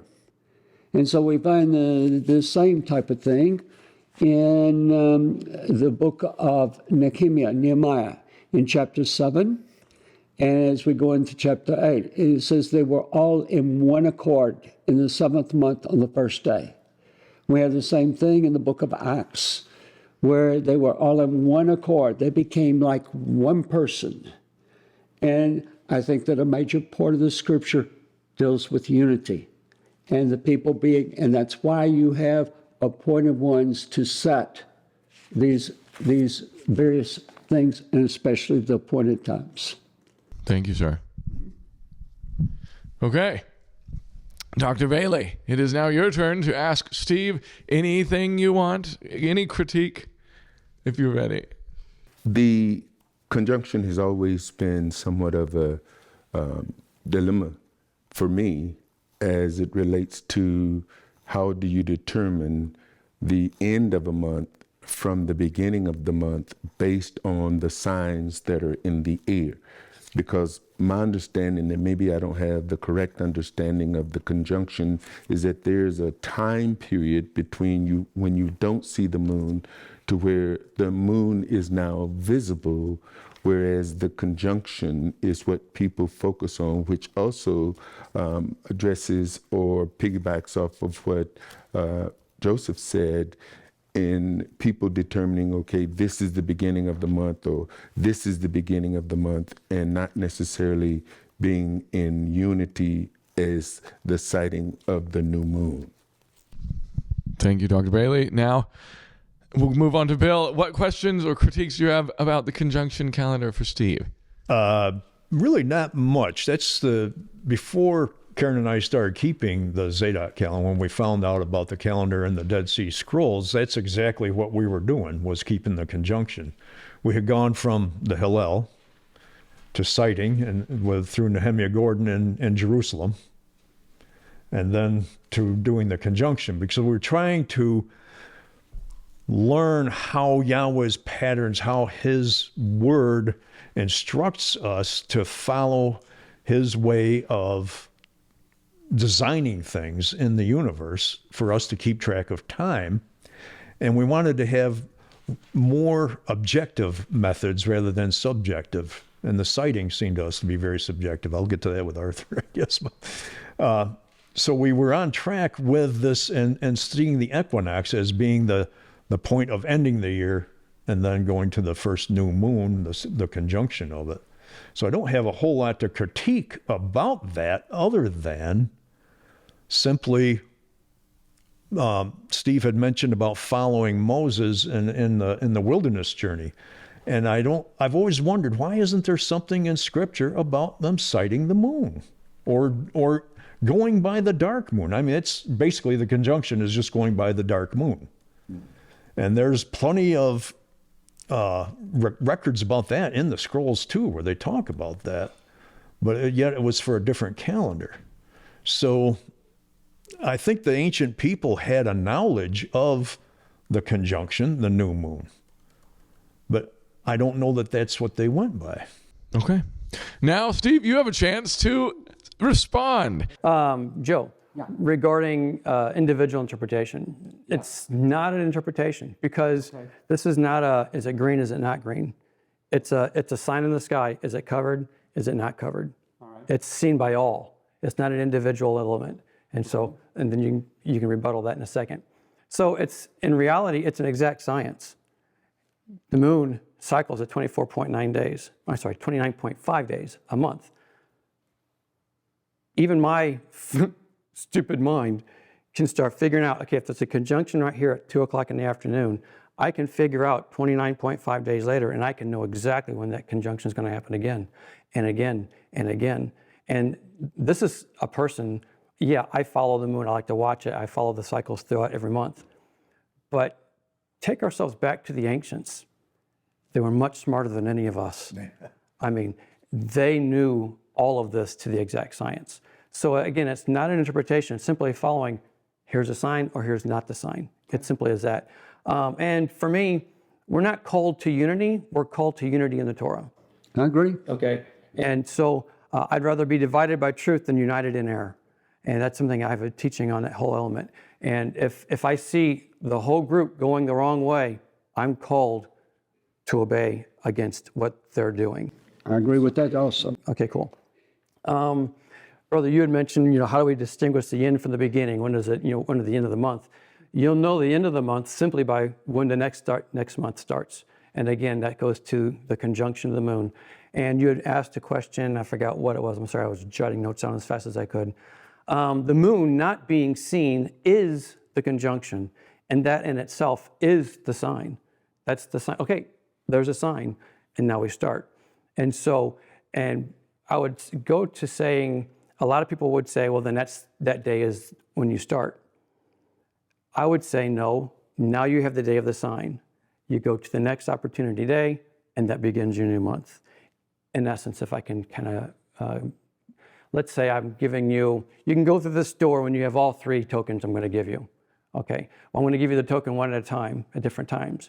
And if I give you them out of order, you got to wait. You got to take it in receiving of 1, 2, 3. Again, for the year anyway, I'm talking. You're going to have the hour hand, that being the constellations. When you see Virgo, hour hand, there's number 1. Okay, but what if you have a new moon before the equinox? Well, then you just got 3 before 2, so that 3 doesn't count. You got to wait for number 2. And then you get the equator. Okay, now just giving you the second one. The sun just crossed the equator, that's your sign. Okay, and now we wait for the number 3, which is the next conjunction. That conjunction happened, there you go. Wait for the next day. You can't cross into the next day until you have all 3 tokens in your hand. That would be a super simple analogy of how you would start each year, and then same with the month. You can't start until you have that sign of the token, of the sign of the actual darkened moon. That's your sign to start the next day, next month. So if I'm hearing you correctly, the new moon is when you can't see it. Correct. That is, that's the conjunction. It's down made new. It's like, think of it this way. Whenever you have a clock going around, you don't start the next hour until you can see it on the one hand or the 1 minute hand or the 2nd minute hand. You start right when it hits the conjunction of the top of the clock. That's the start of the next minute, and that's the start of the next hour. So that's how that's always been, that's the way it was established with the 360-day calendar. And then all that's happened is the hands of the clock have all been separated, and we got to wait for each one now. Because back in the days, from the reading I have done, they followed that all 3 hands literally converged on the same day, and they would start the year that next night. So, is that satisfied? Can I move forward? Well, I'll just say this one more time. The new moon is when there is no moon. Correct. So how do you know it's new? It's not seen. It's like it's a birth. It's the birth beginning. It's in the womb. Yes, and now it's been birthed and it's now coming out and forward again. You had mentioned the calendar issue. We don't read about them. You said we don't read about them. How they kept the cycles of the moon for Moses. Well, we don't read about them breathing either, but yet we know they breathed. And They sure did. And the point being, though, is the calendar back then was not an issue. They knew that was a 360-day cycle, perfect 30-day months. It was never an issue. In fact, it's believed this is why all the pagans worshipped those heavenly bodies, because it was a constant. It never gave in. That's why they worshipped them. There was something they relied on. And sadly enough, that was, shouldn't have happened, obviously, but they did. And so, but again, that wasn't ever an issue for them. Would anyone like to add anything here? We did last time, so we'll ask. And if not, we'll move on. Okay. I'm out of the hot seat. Okay, yeah. Okay, so now it's your turn to get critiqued, and we will start with Joseph Good. If you have any critiques of the sighted moon Abib. Well, there are a couple things. In your presentation, you presented as though there were just one calendar from Exodus 12, where it says this would be the beginning of your months, and that was the only calendar that was in existence and used biblically by the people. In Exodus chapter 23, in Exodus 34, in Deuteronomy chapter 14, you have where Sukkot is, which is in the month of Tishri, which is in the 7th month, is described as the end of the year. You also have in the book of Yoel, chapter 2, and I think it's verse 23, it talks about the first month at the time of the early rains, and the first month at the time of the latter rains. One is in the spring, one is in the fall, indicating that there were at least 2 months within the calendar. There are other places that we can go, but these are going to be, for instance, it will be not direct from the scripture, but supplemental to the scripture. For instance, the Targum Yonatan ben Uziel. Now, the Targum Yonatan ben Uziel was written contemporary with Yeshua or Paul.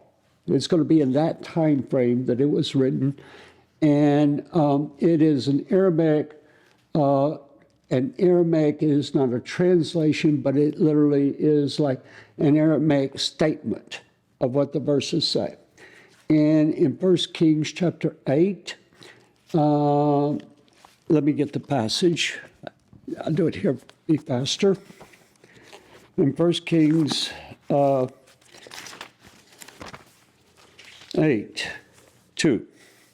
And it says, and all the men of Israel assembled to King Solomon at the festival in the month of Etanim, which is the 7th month, which is an earlier name. Many of the months have multiple names. In the Targum, it says, which is in the month of Etanim, which the ancients called the first month. Now that is from contemporary with basically the writing of the New Testament and the time of Yeshua. And so what we're able to establish from that is that that was a belief, at least at that time. Again, that illustrates a more than one calendar. And so what we read in the Mishnah, this is in Rosh Hashanah 1:1, is that there were actually 4 New Years. And each New Year, it's kind of like we have a civil calendar that is used, the Julian calendar. We have a new year in January, but we have a fiscal year. We have a school year. We have different points where we have different activities are being concerned. And likewise in the biblical calendars. And so you have one that is for the setting of the festivals. That's going to be Aviv, Nisan. And I believe Nisan is not necessarily a Babylonian or it is an alternate name. We have multiple names in the scriptures of the months. Many of the multiple names come from before the people were carried into diaspora, going to Babylon.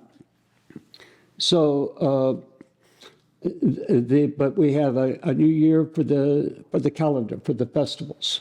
We have a new year for tithing, because tithing didn't deal with money so much. It dealt with agriculture and animals.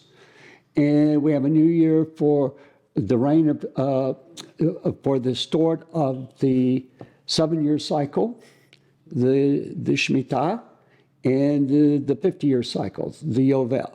The Shemitah was not over. They started counting on Tishri 1, but it wasn't over till Sukkot finished. And you are actually able to establish that right out of the Torah. And so you have to have a calendar to count that. And so that is an evidence that we have.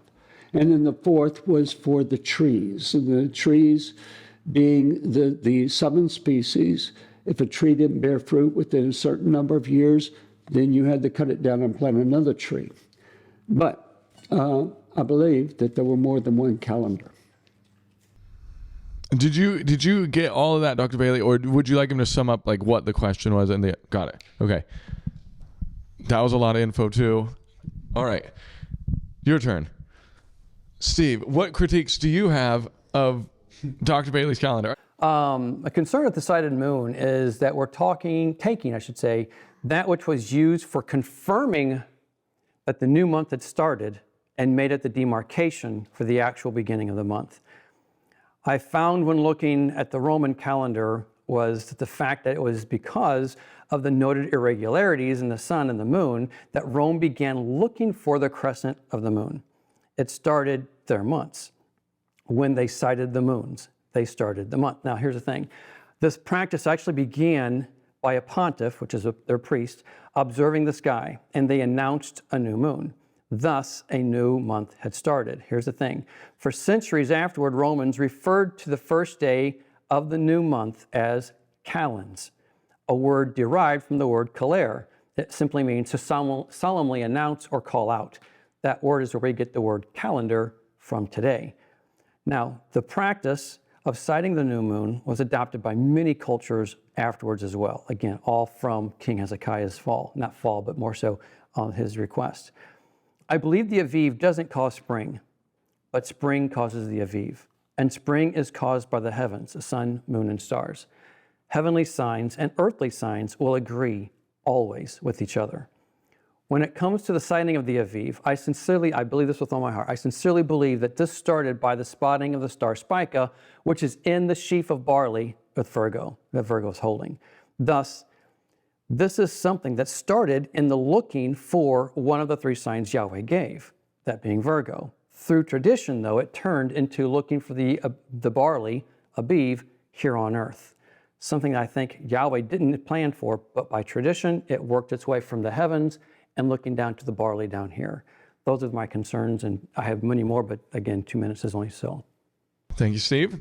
All right. Now we'll move to Bill. What questions or concerns do you have? Well, yeah, my biggest concern with the whole cited calendar and the Aviv is the subjectivity that there is. In 2016 was when we started looking into this whole calendar thing, because even with our conjunction method we were doing, the year was going to start real late. And, every now and then, every 2 or 3 years, we go through this on the cited, and with the barley, do we add the 13th month or don't we? In this field we found a bee, but in this field we didn't. And they've tried to define specific places for that to take place, but yet I agree that no matter what calendar you're on, there's going to be a bee barley in that first month. No matter when you start your year, if you're starting in the spring, which comes after the equinox, that first month is going to be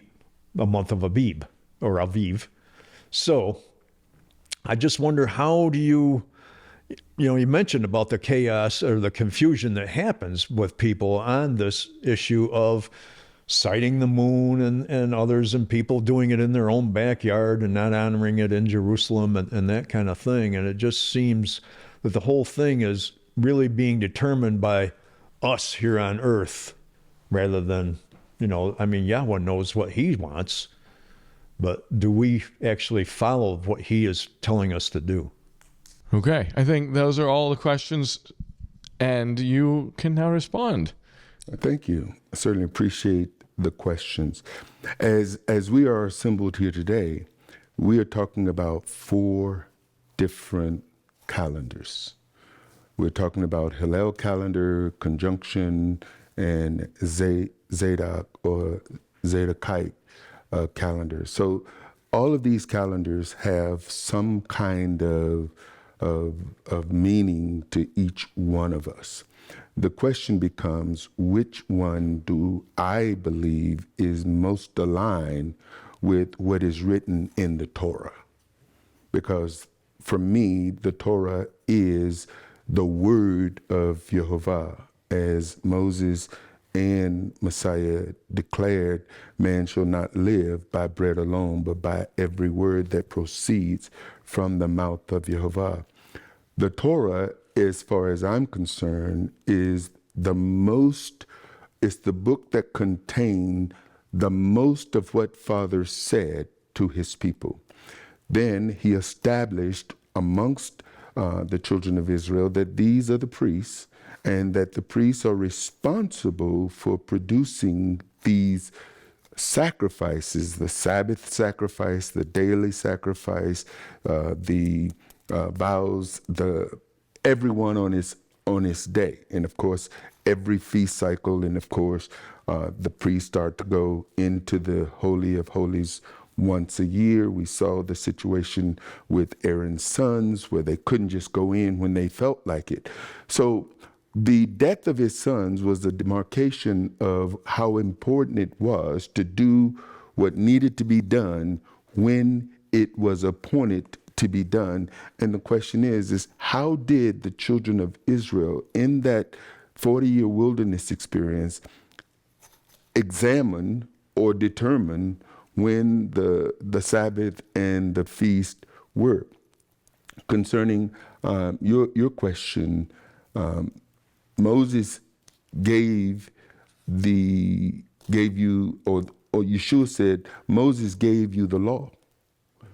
But then he said to the people of his day, and including Pharisees and Sadducees who were responsible for teaching the commands to the people, he says, Moses gave you the law, but none of you are keeping it. That you're teaching traditions, as commandments, and by doing so, you're making the commandments of Jehovah of no effect. And that was seemingly his rebuke to those who had transitioned people from the calendar of Moses to the traditions. We know that before the Hasmonean period, before the Herodian period, that the priesthood had already become corrupt. Malachi lets us know that there was a corrupt priesthood before this period between the testaments. And then you said that you believe that there's multiple calendars. Yes. And I don't argue the fact that there are multiple calendars. The thing that I question is, what is the calendar the Most High gave to the children of Israel in bringing them out of Egypt? He specifically said, this month shall be the beginning of months for you. And of course, when they went through the wilderness, we saw them celebrating the feast of Passover. They couldn't celebrate first fruits because they weren't growing crops. They couldn't celebrate any of the feasts. And the whole 40-year period was a period of Sukkot because all of the feasts are seemingly connected to that wilderness experience, that wilderness journey. And so the other calendars seem to have come along later, who established the civil calendar from the religious calendar. We know that there today is a civil calendar, a religious calendar, a calendar for fruits, a calendar for this and that. but who established it? Was it the Almighty, or was this something that was established and then read or used the Torah to validate those things? So I believe, based on what I read in the Bible, without going to all of the extracurricular books that are available that people study, that if I look solely to the Torah, this is the position anyone who looks at the Torah, stay within what is written in the Torah, will walk away from. Can I respond? You can. Right. Well, first off, in Leviticus 25 is where it talks about the Shemitah, the 7-year cycle, and the Yovel. And it gives that you declare it on Yom Kippur. It gives that you figure the Yovel from the beginning of Tishri. Now, you have in Exodus 23, Exodus 34, in Deuteronomy chapter 30, I believe it's 30, verse 10, it talks about in the Shemitah year, at the end of the Shemitah year,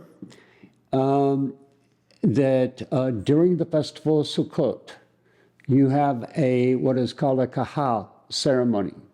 It means a gathering, okay? So you have Exodus 23, Exodus 34, and Deuteronomy chapter 14, which all term Sukkot as being at the end of the year. But on the calendar starting in Aviv, it's the 7th month. Okay, so that's not an extra biblical source. That's not only from a post-Sinai, that is a Sinai commandment. Those are Sinai commandments, literally right there. So you have 4 references in the Torah alone to multiple calendars. Okay, when I look at the Tishrei and Sukkot, that Sukkot comes after the beginning of the month. But I also see that there are those who celebrate the new year at the beginning of the month. Yeah. So the new year starts at the beginning of the 7th month, but then you talk about the end of the month, which is Sukkot. Yeah. Which makes no, it's the end of the year. It says the end of the year, not the end of the month. Well, but Sukkot comes at the end of Tishrei. No, it starts on the 15th and it's over by the 21st. Then you have Shmini Atzeret, which is on the 22nd. So you still have a few days left. Yeah, you still have better than a week. See, and this is where we may disagree. I don't believe, based on what is written, that the beginning of the year starts in the 7th month. I believe it starts in the 1st month. Okay. And I think in any calendar, a new year begins at the beginning of the year. That's why it's called a new year. You can't have a new year in the 7th month of a year. But you can't start counting the Shemitah in Aviv. It's forbidden in the Torah. You have to start it in Tishri. And so that is a beginning of the calendar of the Shemitah and the Yovel. Well, that may be a discussion from what I read in the Torah. In the 7th year is the year of release. That's the Shemitah. Okay. And of course, at the end of that year is when that release happens. Yeah. That doesn't, but that the release happens at the end or in the month Tishrei. That doesn't mean that the count of the beginning of the month starts in Tishrei. So you're either going to have the beginning of the month as the 1st month, which is the beginning of the year, or the year for you. Now, concerning the calendars, I have no idea at the time how many calendars existed when the Most High gave Israel this particular command. But here's what I do know. Regardless to whatever calendars existed for this newly born nation, it is clearly declared that this month will be the beginning of the months for your year. Now, how somebody walk away from that with anything else, I don't understand. I don't get. You have to bring in all of this other material and all of these other books to bring that in. But if I simply look at what is written, that this month is the beginning of the month for your year, then I see this specifically targeting the new nation of Israel. Okay. As far as the concerns, and we could look at any, and we'll all have concerns, but being that there's no specific questions to the concerns, I would not know how to address those particular concerns. Very good. And what about Bill? Did we address those already? Did we start with his? Okay. Concerns. Hey, we're good. We're good. Okay, now it is time for everyone to have critique of Joe's calendar, and we've already started getting into some of these fine points, it sounds like. Okay, I guess we'll start. How have we been doing this? We'll start with Dr. Bailey, and then Steve, and then Bill. So if you have any concerns about Hillel more than you've stated, then go ahead. Well, there's a couple. One may be a concern, but I think it's a question. As you were talking about, as the question was posed, if you were on a desert island, how would you observe the calendar? Yeah. And in that question, you referred to the moon. But when it came down to the month itself, there is no calculation. This has already been determined by the Sanhedrin. So if the Sanhedrin has determined it, why would you be looking at the moon if you're on a desert island? That to me seems to be a little contradictory. What? All of a sudden the moon becomes a focal point. Let me finish, and I think we're going to pass around. We're going to give you opportunity to respond. You could, if you want to write down answers or whatever. It's all right. Okay. And then I keep hearing this term Sanhedrin. Mm-hmm. Now, with my limited knowledge, I do know that Sanhedrin is a Greek established term. It's a Greek word. It's a Greek word that is now being associated or placed into the Hebrew scriptures. And the indication that there is a Sanhedrin that is during the time of Moses, it just doesn't calculate taking a Greek term that was established many, many years later and then just somehow dropping it in the Torah to make it fit. The calendar, which was declared by the head of the Sanhedrin, and in Hebrew, what you would say is the Beit Din Gadol, or Gedalah, which means the great Beit Din, or the Supreme Court. And so that's, if you were going back to the Torah and that time period, then that's what they would have called it. The calendar was set according to the moon. And so the sighting of the moon. Basically what we have is that they specifically ask questions. Did you see the moon at this point, at this point, at this point? Was it from the east? Or, they asked all these questions. So if I don't have the calendar, I walk around, I have a calendar that I have in my back pocket. People have calendars on their phone. You can go to Sephora, it's very, but if I didn't have any of those things, then I would know by just watching the moon, it's going through its cycle. And so I would know, well, this is the first month, or this is the second month, this is the third month. And if I know the dates of the calendar, like on the 14th of Nisan, we can't do. We're not allowed to slaughter a Passover lamb. But the 15th, we can observe unleavened bread. I'm probably not going to be baking bread on an island, okay? So that's not going to be a factor. But having a consciousness of that time, having a consciousness and dwelling on, if I can do nothing more than center on what God is communicating at this time of the year. That's basically all that I mean, is I would observe to the best of my ability The only tool that I have to determine the month is looking at the moon. And so... Very good. Very good. Okay. Steve, your turn. Any questions or concerns you have with Hillel calendar? Yeah. Again, more just concerns. No questions per se. You can address how you wish. It's on a 19-year cycle, which to me ignores the 3 witnesses we're given in Genesis. Now, I followed it when we first came to Torah. I was so thankful for it. And I had actually already owned a 200-year Hillel II calendar, because I used to study, well, still study the eschatology and stuff. That was why I owned it. However, I soon realized there were months it didn't follow the lunar cycles the way I had thought it did, and which were, again, one of those things we're supposed to follow with the Moed. Now, a concern with the Hillel calendar is that some say we're to submit to the current Jewish leadership. And again, you read this verse earlier.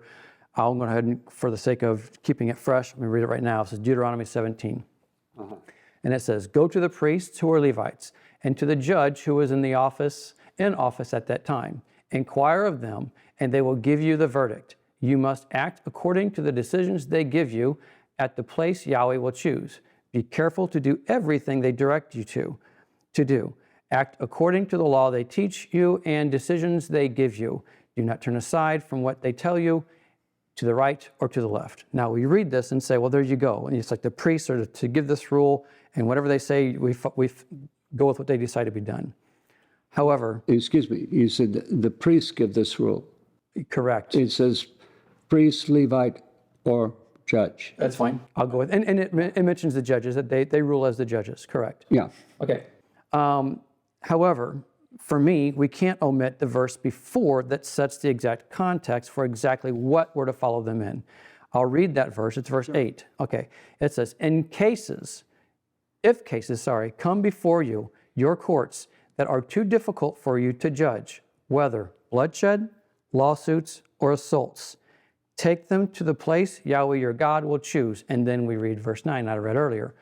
Go to the priests who are Levites, and to the judges who will act in office at that time, inquire of them. So that changes for me everything that they are to make the decisions on difficult cases in court regarding bloodshed, lawsuits, and assault. That's it, not the calendar. So now let me give you a verse also from Ezekiel 44. It shows this very same law is detailed for the future kingdom in the millennium. Again, this is Ezekiel 44, starting in verse 24. In any dispute, the priests are to serve as judges and decide it according to my ordinances. They are to keep my laws and my decrees for all my appointed feasts, and they are to keep my Sabbaths holy. So again, they're to make the difficult decisions in court regarding bloodshed, lawsuits, and assaults, that which all line up with the Torah. For me, I guess all I could say is this calendar could also, for me, go under the element of adding and taking away from the Torah. It's like we're allowing these guys to have the authority to remove and add to which has already been established in the heavens. For me, that's just the concerns that I have. The only thing I'd say is that the verse 44, I don't think that it has in that verse. You're talking Ezekiel? Ezekiel. Okay. Yeah, 44 verse 22. 24. 24. It doesn't have about them setting, a calendar or setting the new moon. Correct. Okay. Everything in the verse, I would agree with what you said. Okay. Okay. Would you like to say anything else at this point to Steve? Okay. We'll move on to Bill's questions then. And if you have anything else you want to say after that too. Okay. We got into the idea of the authority and the priests and all that. I have a totally different question about when it comes to your calendar, Joseph. And it's not only for your calendar, but actually this is something that happens on all 3 of these calendars. Okay. But it was very specific this year in the Jewish calendar where I believe it was on October 12th. It was Yom Kippur on the Jewish calendar, which was a weekly Sabbath. Right. And that happens on these lunar-based calendars, these lunar systems of starting the month, where a holy day will occasionally come on a weekly Shabbat. And when we were doing that ourselves, I thought, well, a Sabbath is a Sabbath. But yet the weekly Sabbath is something that Yehovah, however you want to pronounce that, his name, he hallowed that seventh day to be a day of rest and celebration with him, to spend time with him. Yom Kippur has a whole separate commandment, and it just seems to me that you can't have them both on the same day. So that for me, that this problem of wiping out a weekly Sabbath with an annual holy day is something that is not part of how Yahweh intends things to be. And I didn't come to that conclusion until I started looking at this calendar, where the holy days are totally separate from the weekly Sabbath every year. They're on the same day every year, so we don't run into that problem. Okay. First off, you're correct about that this past year we had where Yom Kippur fell on Shabbat. And I got a call all the way from Canada. Okay. From here, it's not so far to Canada, but from Texas, a long ways. Anyway, the question was, do we fast on the Shabbat? Because on Shabbat, we eat, right? So the answer that we read in the Mishnah is that yes, we fast because of the holiness of the Shabbat. It is at the very highest level. Now, we learn that there are levels of Kedusha, and the Shabbat is at a very, very holy level. And the Shabbat, Yom Kippur, is not seen as detracting from the holiness of the Shabbat, but amplifying the holiness of the Shabbat. Now, there's a passage in Isaiah 58, and it says let me read how it starts, and then this whole chapter in Isaiah 58, and it says, cry out vociferously, do not restrain yourself, raise your voice like a shofar, proclaim to my people their willful sins. By the way, Yom Kippur deals with the willful sins, whereas all the others deal with the unintentional. To the house of Yaakov, their transgressions, they seek me every day and desire to know my ways, like a nation that acts righteously, has not forsaken the justice of its God. They inquire of me about the laws of justice, if they desire the nearest of God. Why did we fast and you did not see? Why did we afflict our souls and you did not know? Okay, in Leviticus 16, it deals with this is a day to afflict your soul. Never mentions fasting. This is seen as a Yom Kippur passage. However, the last three verses, or last two verses, of the chapter. So from verse 1 through verse 11 and 12 is all seen as Yom Kippur. Mm-hmm. Verse 13, if you restrain your foot because it is the Shabbat, restrain from accomplishing your own desires on my holy day. If you proclaim the Shabbat a delight and the holy day of the Lord honored, and you honor it by not engaging in your own affairs, from seeking your own needs or discussing the forbidden, then you will delight in the Lord, and I will mount you astride the heights of the world. I'll provide you the heritage of your forefather Yaakov, for the mouth of the Lord has spoken. Okay? So the question was asked, why is this passage on the Shabbat? Why is it attached to the chapter that deals with Yom Kippur? And an insight. I'm not saying this is the meaning. This was an opinion. But the opinion was that when Shabbat and Yom Kippur will coincide, it brings you to a new level of holiness in God. And that's what to be seen.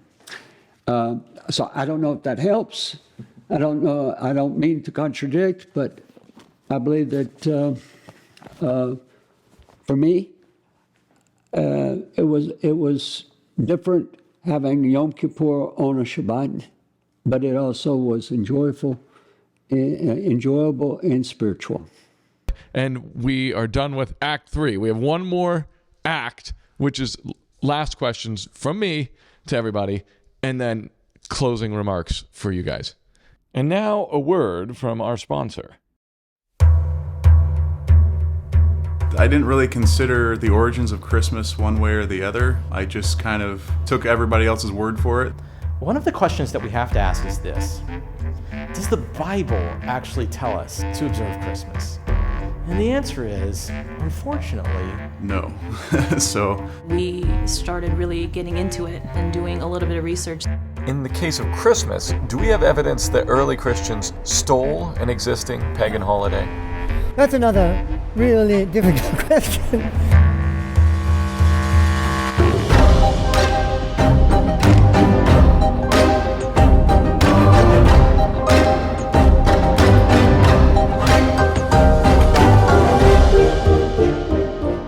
Why was Christmas once illegal in America?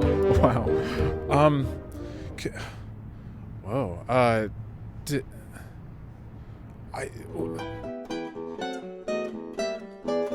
They thought Christmas was an immoral holiday.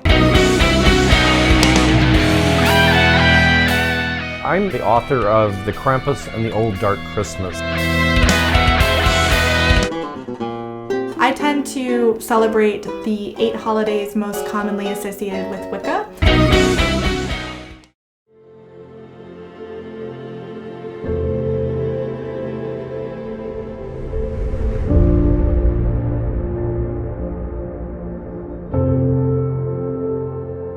We don't care where it came from. The point is that we're celebrating Christ, we're celebrating his birth. I don't care what those people were doing. This is an important point. 19th century scholars discovered that rituals outlive beliefs. So what happens is the ritual continues, but we forget why we're doing it.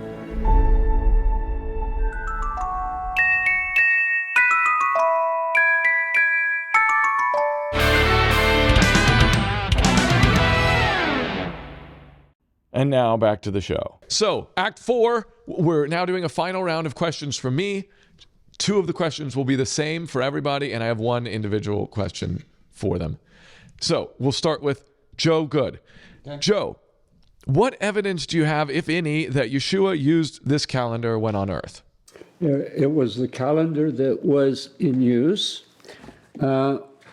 We have the succession is found in the Tractate Pirkei Avot, and it says Moshe delivered the Torah to Joshua.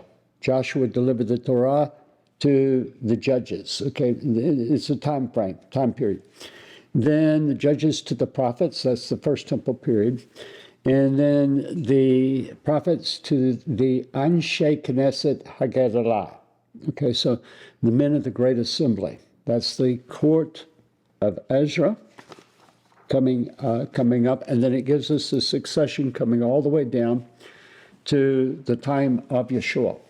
Okay, in fact, it mentions Hillel and Shammai, not Hillel II, but Hillel and Shammai. Shammai died. He was the vice president of Sanhedrin in 30 Common Era, same year that Yeshua was slain and resurrected. So, I mean, we're talking contemporary. The calendar was used from all through the first temple period. It was used all through the second temple period until the destruction of the temple, and continued all past that, going up to the 322. And so it was the calendar that, as we read in the Gospels, that Yeshua went, and it was Pesach.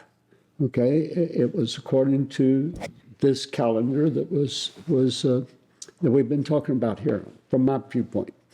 It talks about the festival of Sukkot, for instance, in John chapter 7. It talks about, in Hebrew, what's called Shabbat, Moed, let's see. My mind just went blank, but it means the intermediate days of the festival. And so you have a Shabbat that falls in Shabbat Hol HaMoed Sukkot. Okay, it mentions that of Yeshua going up and he's teaching, and the question is teaching. We actually know what the teaching is based on what we find in Megillah 31. We know what they were reading. We know what they were discussing on that day. So I believe that it can be firmly established that this is the calendar that was followed by the temple, and it was also the calendar that was followed by Yeshua. So some of the people in our group actually were like, Luke, for unity's sake, maybe we should consider Hillel too. And they had their reasons. And then the one guy who was presenting that said, but I have one question about it. And so this is basically his question. Okay. So if he understands right, if a feast day, like an annual feast day, lands on the day before or after a weekly Shabbat, that Hillel II puts it on the Shabbat. And I don't know if that's right or not, but that's his understanding. So the question is, if that's true, is there a reason in the Torah for this movement of the annual feast day, and or is it done out of convenience? I'm not sure that my answer is going to be matching up with your question. Okay. But I can tell you how that I would handle this. Okay. If I had a question, first off, I believe that the calendar, the declaration of the calendar was given to the head of the Sanhedrin. I believe that the ratification of the calendar was given to the Sanhedrin and the witnesses. I believe that as their last formal act, the last standing Sanhedrin, it initiated a calendar that we were to follow until another Sanhedrin would come up. Now, when a Sanhedrin comes up, okay, that has the widespread authority, that if I had a controversy, I could bring it up to them. I could go and I could bring it up to them and say, please settle this for me. And then, whatever they ruled. Okay, now understand, in no way are we talking about changing a commandment. What we're talking about is how one observes a commandment. But I believe that God set this in order so that we would have a way to uniformly observe his commandments. Within a degree of, there's different customs people have. That's called a minhag. And so, which is fine and everything. But that's pretty much how I would handle it. And maybe follow up to that, are there people who observe this calendar who, let's say, one of the days of unleavened bread or one of these annual Sabbaths lands on Friday, let's say, do they just say, all right, let's observe it on Friday anyway, even though most everyone is going to do it on Shabbat the next day, just so you don't have two Sabbaths in a row? Do people do that? Well, there are certain things that are in the calendar where they'll split certain days. I mean, they'll move it from one day to the next. Okay. But where I was coming from before is I believe that authority to do that was given to the Sanhedrin, not to me. Got it. So therefore, if it was prescribed that way, I will follow it. If I thought it was wrong, when a Sanhedrin would arise, I could bring it before them and say, please, I want to bring this question up. Is this correct or is it not correct? Got it. Okay. Okay. Thank you, sir. Okay. Last one then. If you had to change the calendar you were on, like for whatever reason, an angel flew down and said, you must change your calendar, which one would you switch to and why? This is purely hypothetical. The only thing, I personally believe this is the biblical calendar. Okay. If an angel came down, I would say, please reinstitute the witness system that was there originally, and basically go with that. Okay. You'd be like, you can't ask me that question unless you've done a little work for me. That makes sense. Okay. All right. That's it for my round of questioning. For you, now I can move on to Dr. Bailey. Unless there's anything you want to add to... Okay. I'm good. All right. So 2 of these will be the same, and then the other one is different. What evidence do you have, if any, that Yeshua used this calendar when on earth? Well, if I look at the ministry of Yeshua and his disciples, they basically followed him, and he went up to the temple, to Jerusalem, which is where the temple was during his time, he and his disciples, to celebrate the feast at the appointed time. We see where at one point he went into the courtyard of the temple and overchanged the money changers' tables and those who sold doves. So it appears to me that Yeshua and his disciples, those who followed him, seemingly observed the calendar based on what was being done at the temple during that time. I don't see him serving or... Now, there are those who believe that Yeshua celebrated on a different calendar than the Pharisees and the Sadducees. I just don't see that from his own practice with his disciples as they went up during the feast. And of course, he was crucified on Passover, and it wasn't a different Passover than the Passover that was being celebrated by the priest of the temple in the time. So I don't see Yeshua using a different calendar than that which was in observation by those who were in charge of the temple services in the day of Yeshua's ministry. And you do have reason to believe that the sided was being in use at that time? I have no other evidence to say something different. Okay. Next one. This is a question I've had. David in 1 Samuel 20 verse 5 says, "Tomorrow is the new moon." How could David know the next day was the new moon if he had to wait for someone to cite the new moon? Well, when it comes down to how we cite the new moon, if on the 29th day the moon is not sighted, then by default it's the next day. Yep. And so it's very possible that David could have been in one of those situations where on the 29th day, the moon was not sighted. And so he can emphatically say, well, tomorrow is the new moon based on that positioning and reckoning. Thank you.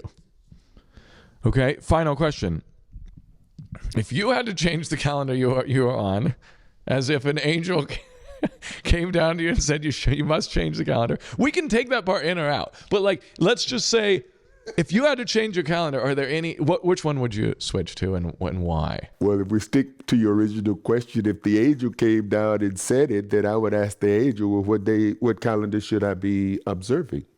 Because if he's telling me I need to change it, that means that I'm wrong. He knows which one. So I would look to the angel to give me the proper calendar to focus on.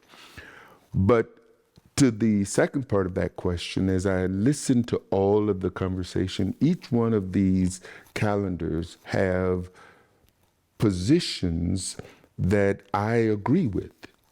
There's not 100% disagreement with any of them, because they all have aspects that within the calendar, as I observe it, they're there. It's just the beginning. When do you determine it? And it's hard for me to put my faith in a calendar that does not require observing the elements that the Most High has put for us to observe. It would be difficult for me to go to a particular calendar to where I can say in 20 years, Passover is going to be on this day. In 20 years, the Feast of Trumpets, Yom Teruah, is going to be on this day, because it doesn't require any calculation whatsoever. And even in looking at the fact that if we're all on a desert island, then all we have is the elements that have been placed in the sky.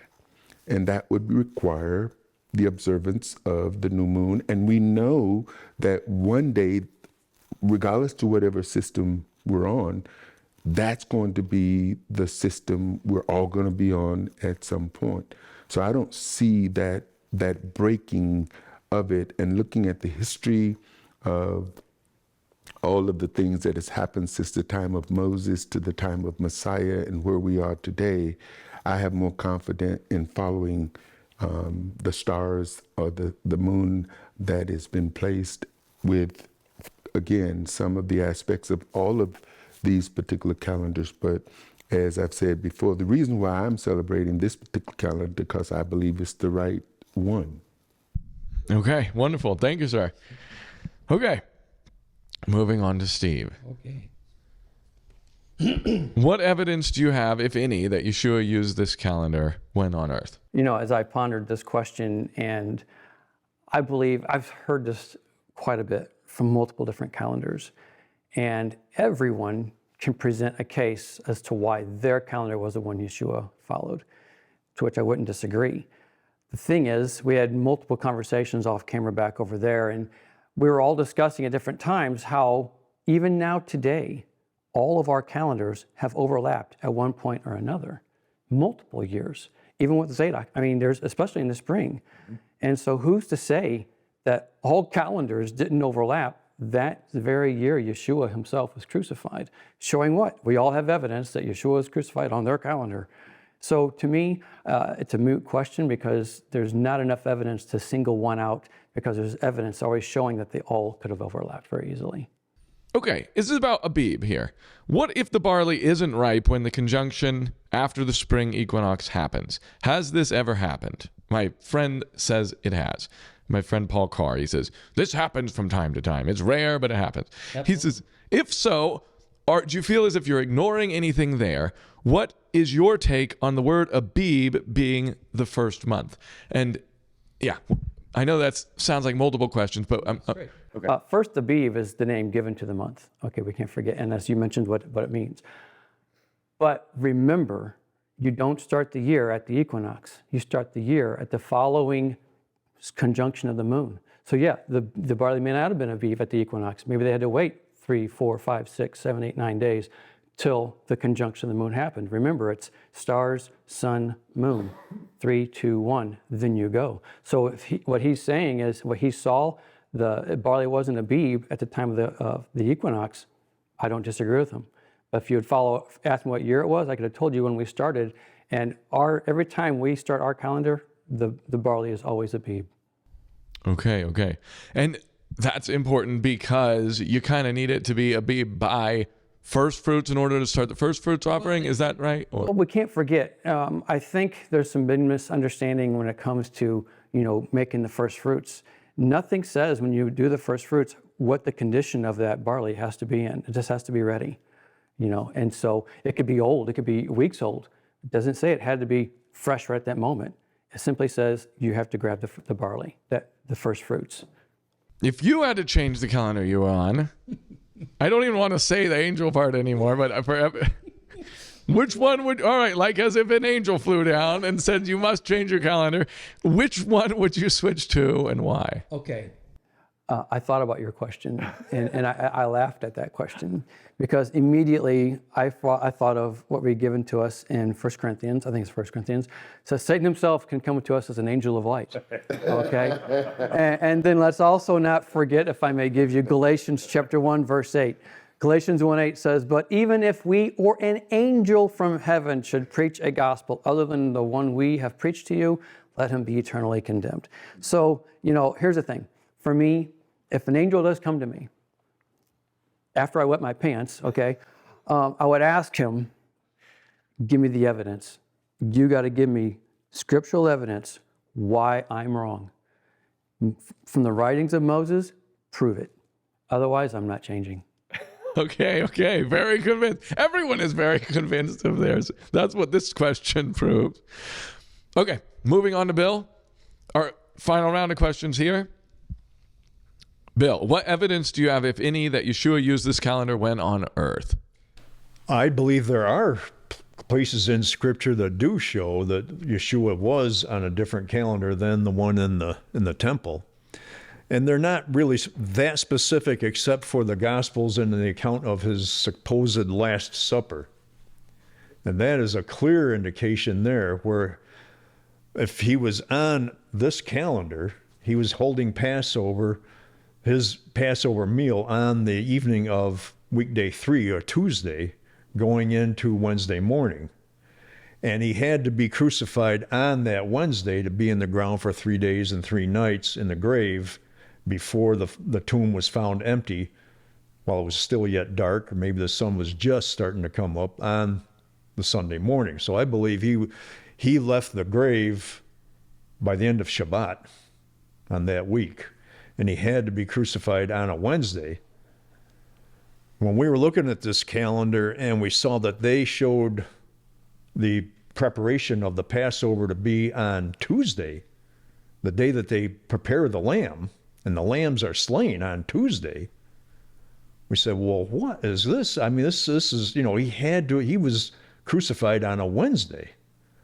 And it turns out we've seen it happen twice already, where the Hillel Passover has been on a Wednesday. The Zadok Passover was on Tuesday, the day before. So he was actually having a Passover meal. And when you look at these gospel accounts, especially in Mark and in Luke, he was clearly having a Passover meal with his disciples in the upper room. And he covenanted with them with the wine and the bread. And when he was in the garden praying, please remove this cup from me if it is within your will. If not, then, your will be done.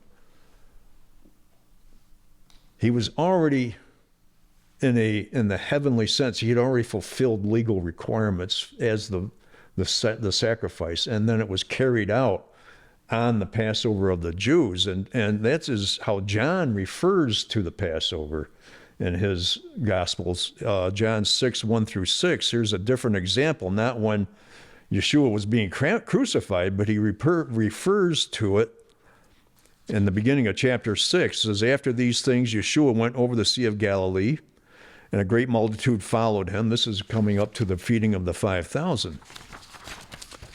And John says here on verse 4 that the Passover, a feast of the Jews, was nigh. That means it was probably the next day or so. So if Yeshua is going to be at the temple for his Passover, to be present and fulfill the Torah requirements of the males being present on these holy days and for this occasion, what's he doing up in a mountain up in Tiberias? He was on a different calendar. And so we can see that in the Passover of his Last Supper, that there were 2 calendars at work here. And there was a scholar who figured this out. Actually, when the Dead Sea Scrolls were found in 1948, there was a French scholar who had some of the first work that she was doing on these scrolls. Annie Joubert was studying biblical calendars at the time. And she figured out the calendar that is in these scrolls back then, way before any of us ever heard about it. And she saw this case of where Yeshua was definitely having a Passover the day before Passover was in the temple. She saw that this is a very valid case of 2 calendars being in use. So maybe, a follow-up question comes to mind. This would imply that he observed the proper Passover with his disciples, but conceded to be crucified on the wrong Passover. Is it really a wrong Passover?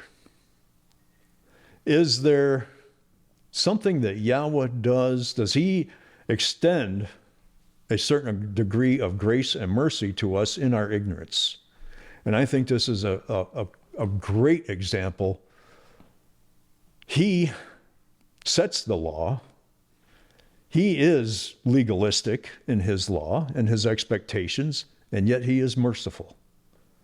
And I would submit that the legal requirements were satisfied on the Passover of the Zadoks, and it was carried out the following day for the benefit and with mercy to show his people.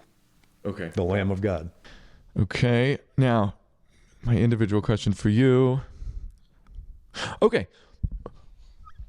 I'm less familiar with the Zadok calendar than some of them. what are the names, and I think that some of the audience will also be, so this is to help. What are the names of some of the source documents for this Zadok calendar, and where and when were they found? You can talk about any of them. You had alluded to some. I think that Joe had asked something similar to that, so I think it would help the viewers so that they can say, okay, so here's some of these. Yeah, I think it's important to say that there is no actual, you don't go to page such and such and see the calendar in the scrolls, or scroll such and such. It's all through the scrolls. A lot of the documents in the scrolls are based on this calendar system. It's a system of keeping time that is outlined in the scrolls.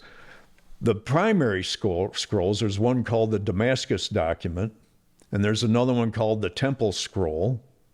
There are numbers assigned to them, and I don't have that right in front of me, and I'm not going to try to mess it up with giving you specific scroll numbers, but a lot of them were found in Cave 4. I know there's 4Q 320 and 321, and 4Q 324 is another one. These are fragments of scrolls that were found right together, and so a lot of that information is contained in them, but it's all through the scrolls, and it's, like I say, Annie Joubert came across this in the 50s and started writing about it from 1953 to 1957. But by the time Karen and I came to looking into this calendar, the scholars had really gotten it all figured out. We didn't have to really look at the scrolls and figure out, well, what is this calendar? We just had to see the work that had already been done by multiple scholars at that time to understand what the calendar is. So there are good books about the Dead Sea Scrolls that will outline how this calendar system works. It's already been done through a lot of scholarly research.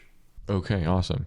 So Dead Sea Scrolls is where most of the source document comes from, basically. I mean, and that does include some from Enoch. I mean, there's a basic of the framework that was from the book of Enoch, and then it's carried forward through the book of Jubilees. But the scrolls themselves, it was a library. Some of the oldest manuscripts of all of Scripture that we have are in those scrolls. They predate any other original manuscript that is available. That's great. Okay, all right, last one then. If you had to change your calendar, if you were approached also by an angel, let's call him Moroni. No, I'm just kidding. Sorry. Let's say you're approached by an angel. Which one would you? I feel like this is a bad question, but mention Moroni. I don't know if you want to keep this in here, but I grew up in upstate New York. I was in a town over from Palmyra, New York, where Hill Cumorah is, where Joseph Smith had his vision with the angel Moroni. Really? Yes, absolutely. Yeah, that's supposed. I wrote a term paper on it in 6th grade or something like that. Well, basically, which one of these calendars also interests you, or which one do you see benefits of? I've been with each one of them, and I've come to where I'm at, and I would have to stick to being a Zadokite. I would be willing to leave my position of authority if I have any at all, but I would truly want to seek Yahweh's guidance on that. I would have to know that this angel is a legitimate angel from him, a messenger from him. And the times that we're living in, I am very suspect of any kind of visionary or prophetic word or sighting of an angel, because I do see I don't know if you want to call it the dark side or the sons of darkness are gaining in momentum, because there's a lot of corruption in this world, a lot of immoral activity. It feeds the energy of the other side, and it's becoming more active.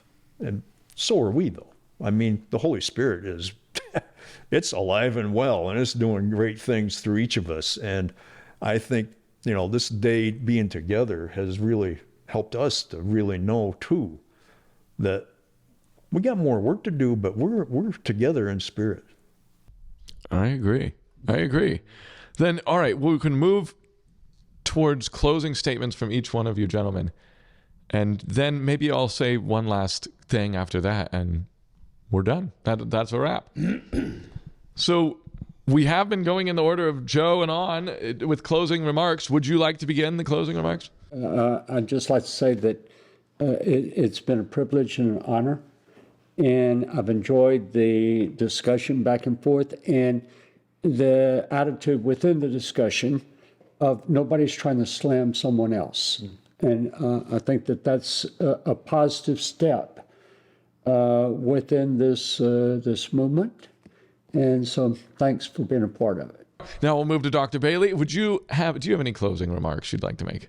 Well, this really has been an illuminating and eye-opening time for me, because I can honestly say, listening to these brethren and talking about their calendars has helped me to understand them and their calendar even more so than I had coming to this table. And because of that, I would dare say that if I am being illuminated in my understanding, I would hope that transfer to those who are watching. This is not about a debate. We're having a discussion. Yeah. And we're discussing what we all believe to be true according to what is written. And so when I look at all the prophets, Messiah, all pointing back to Moses, we know that Father's instruction was given to Moses, and that if we really want to understand what he is asking us to do, we need to search the scriptures, and even that has a tendency to lead us back to Moses. And I think the most important thing for me is that all of our heart, as far as I can see, is in the place of we want to please the Most High. And as long as that's the objective, to hear, well done, good and faithful servant, that we do our due diligence, search the scriptures, and I think that we'll be fine. Let's have closing remarks from you, Steve. All right. Well, likewise, as those brothers had mentioned, I am thankful to be here with all of you guys. It has been a joy and an honor, and I deeply respect you guys because I know you're seeking him. You're not just saying, oh, I'm going to do this, and I'm going to do that on my own because that's what I want to do. You're doing what you feel the Father has convicted you to do. And that's what everyone needs to do, is follow what the Father has put on your heart. If he changes it tomorrow, well, then change with it tomorrow. That's my common saying is always, this is what I believe today, ask me tomorrow, maybe a little different. And I think we all need to be fluid in what we believe. And I do believe that the calendar was changed for, whatever reason, but it's been a test for all of us. Are we going to hold to the word, or are we going to love one another in the midst of it? And I say that because Yeshua didn't say, all men will know you're my disciples if you follow the right calendar. He said, all men will know you're my disciples if you love one another. And so all of this is a test for all of us. If I didn't convince you or anybody here on this, convince you to follow the calendar you want to be on, the bottom line is follow what the Father puts on your heart. That's the bottom line. It's obedience that we want to him, but be willing to change if he changes your heart tomorrow. So I do believe, as I mentioned earlier, the 360 was the original calendar, and I believe it will be restored. Matthew 24 even says that the heavenly bodies will be shaken when he returns. The heavenly bodies, sun, moon, and stars, they're all vibrated back into position into their original state. In fact, this is why we read in Acts 3:21, it says, he must remain in heaven until all things are restored. And thus it's an element of him restoring everything for the millennial kingdom. And honestly, I can't wait for that day. And until that time comes, I'm enjoying every day being with brothers like these, pursuing him as we continue to seek his wisdom. What closing remarks do you have, Bill? Well, I just want to say that it has been the commitment of Karen and I we strive to present the pure and unadulterated calendar of the scrolls just as it is found there. When you start looking into the Zadokite calendar online, you're going to find other variations, other people doing other things with it. We've done our best to present what's in the scrolls. And as far as what's in the scrolls, I would like to show that it was an original calendar in my mind. I do believe, the verses that Steve just quoted actually could also point to a 364-day year. I believe the original year was a 364-day. year. And this was the original calendar that was put in place from creation. Can't prove it. It's not in Scripture to say that, but that is my personal belief. And I do believe this calendar keeps a proper rhythm in walking with our Heavenly Father to go through the year day by day, Sabbath by Sabbath, feast by feast. One thing about the prophecy of Ezekiel, in Ezekiel 48, verse 11, after several times where he brings up about the sons of Zadok, he was one final time there where he talks about, in verse 11 of chapter 48, the priests that are sanctified of the sons of Zadok. And that Zadok is actually Zadok, which means a righteous one, which have kept my charge, which went not astray when the children of Israel went astray, as the Levites went astray.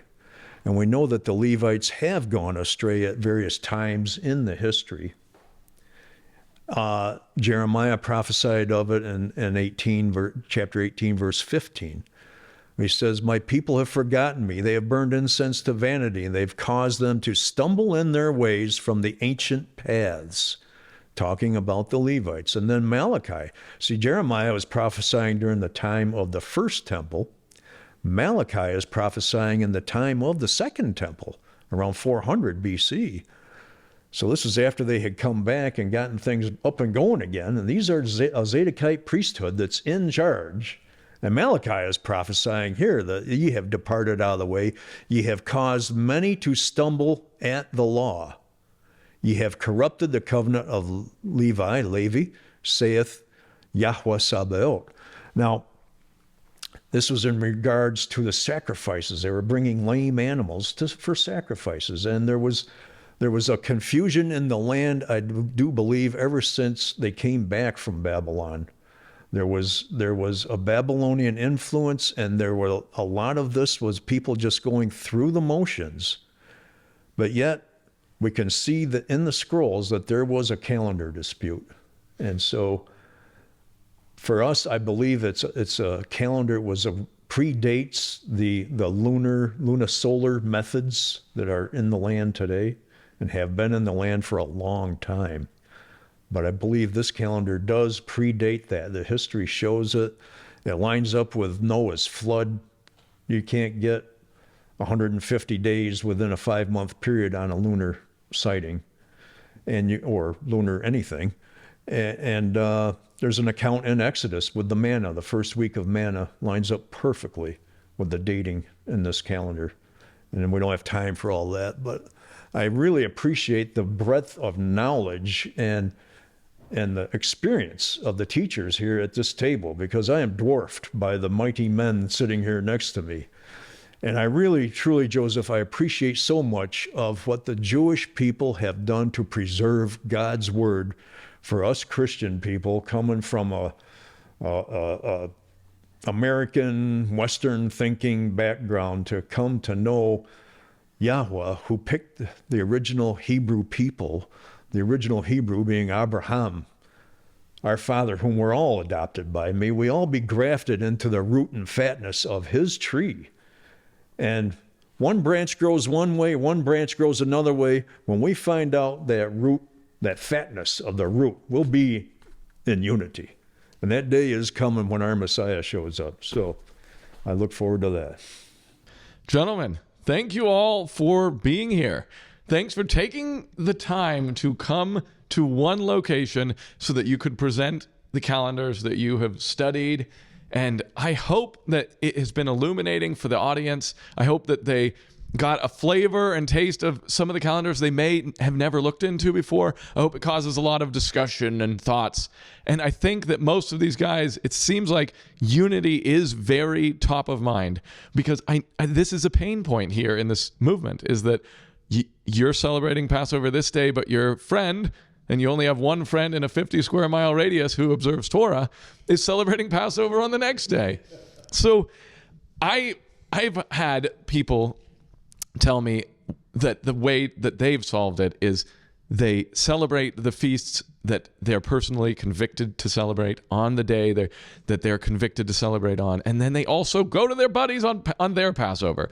Everyone do what you want, but that's just some of the solutions that I've found from people around me. And I guess that's it. It's a wrap. Thank you, guys. Amen.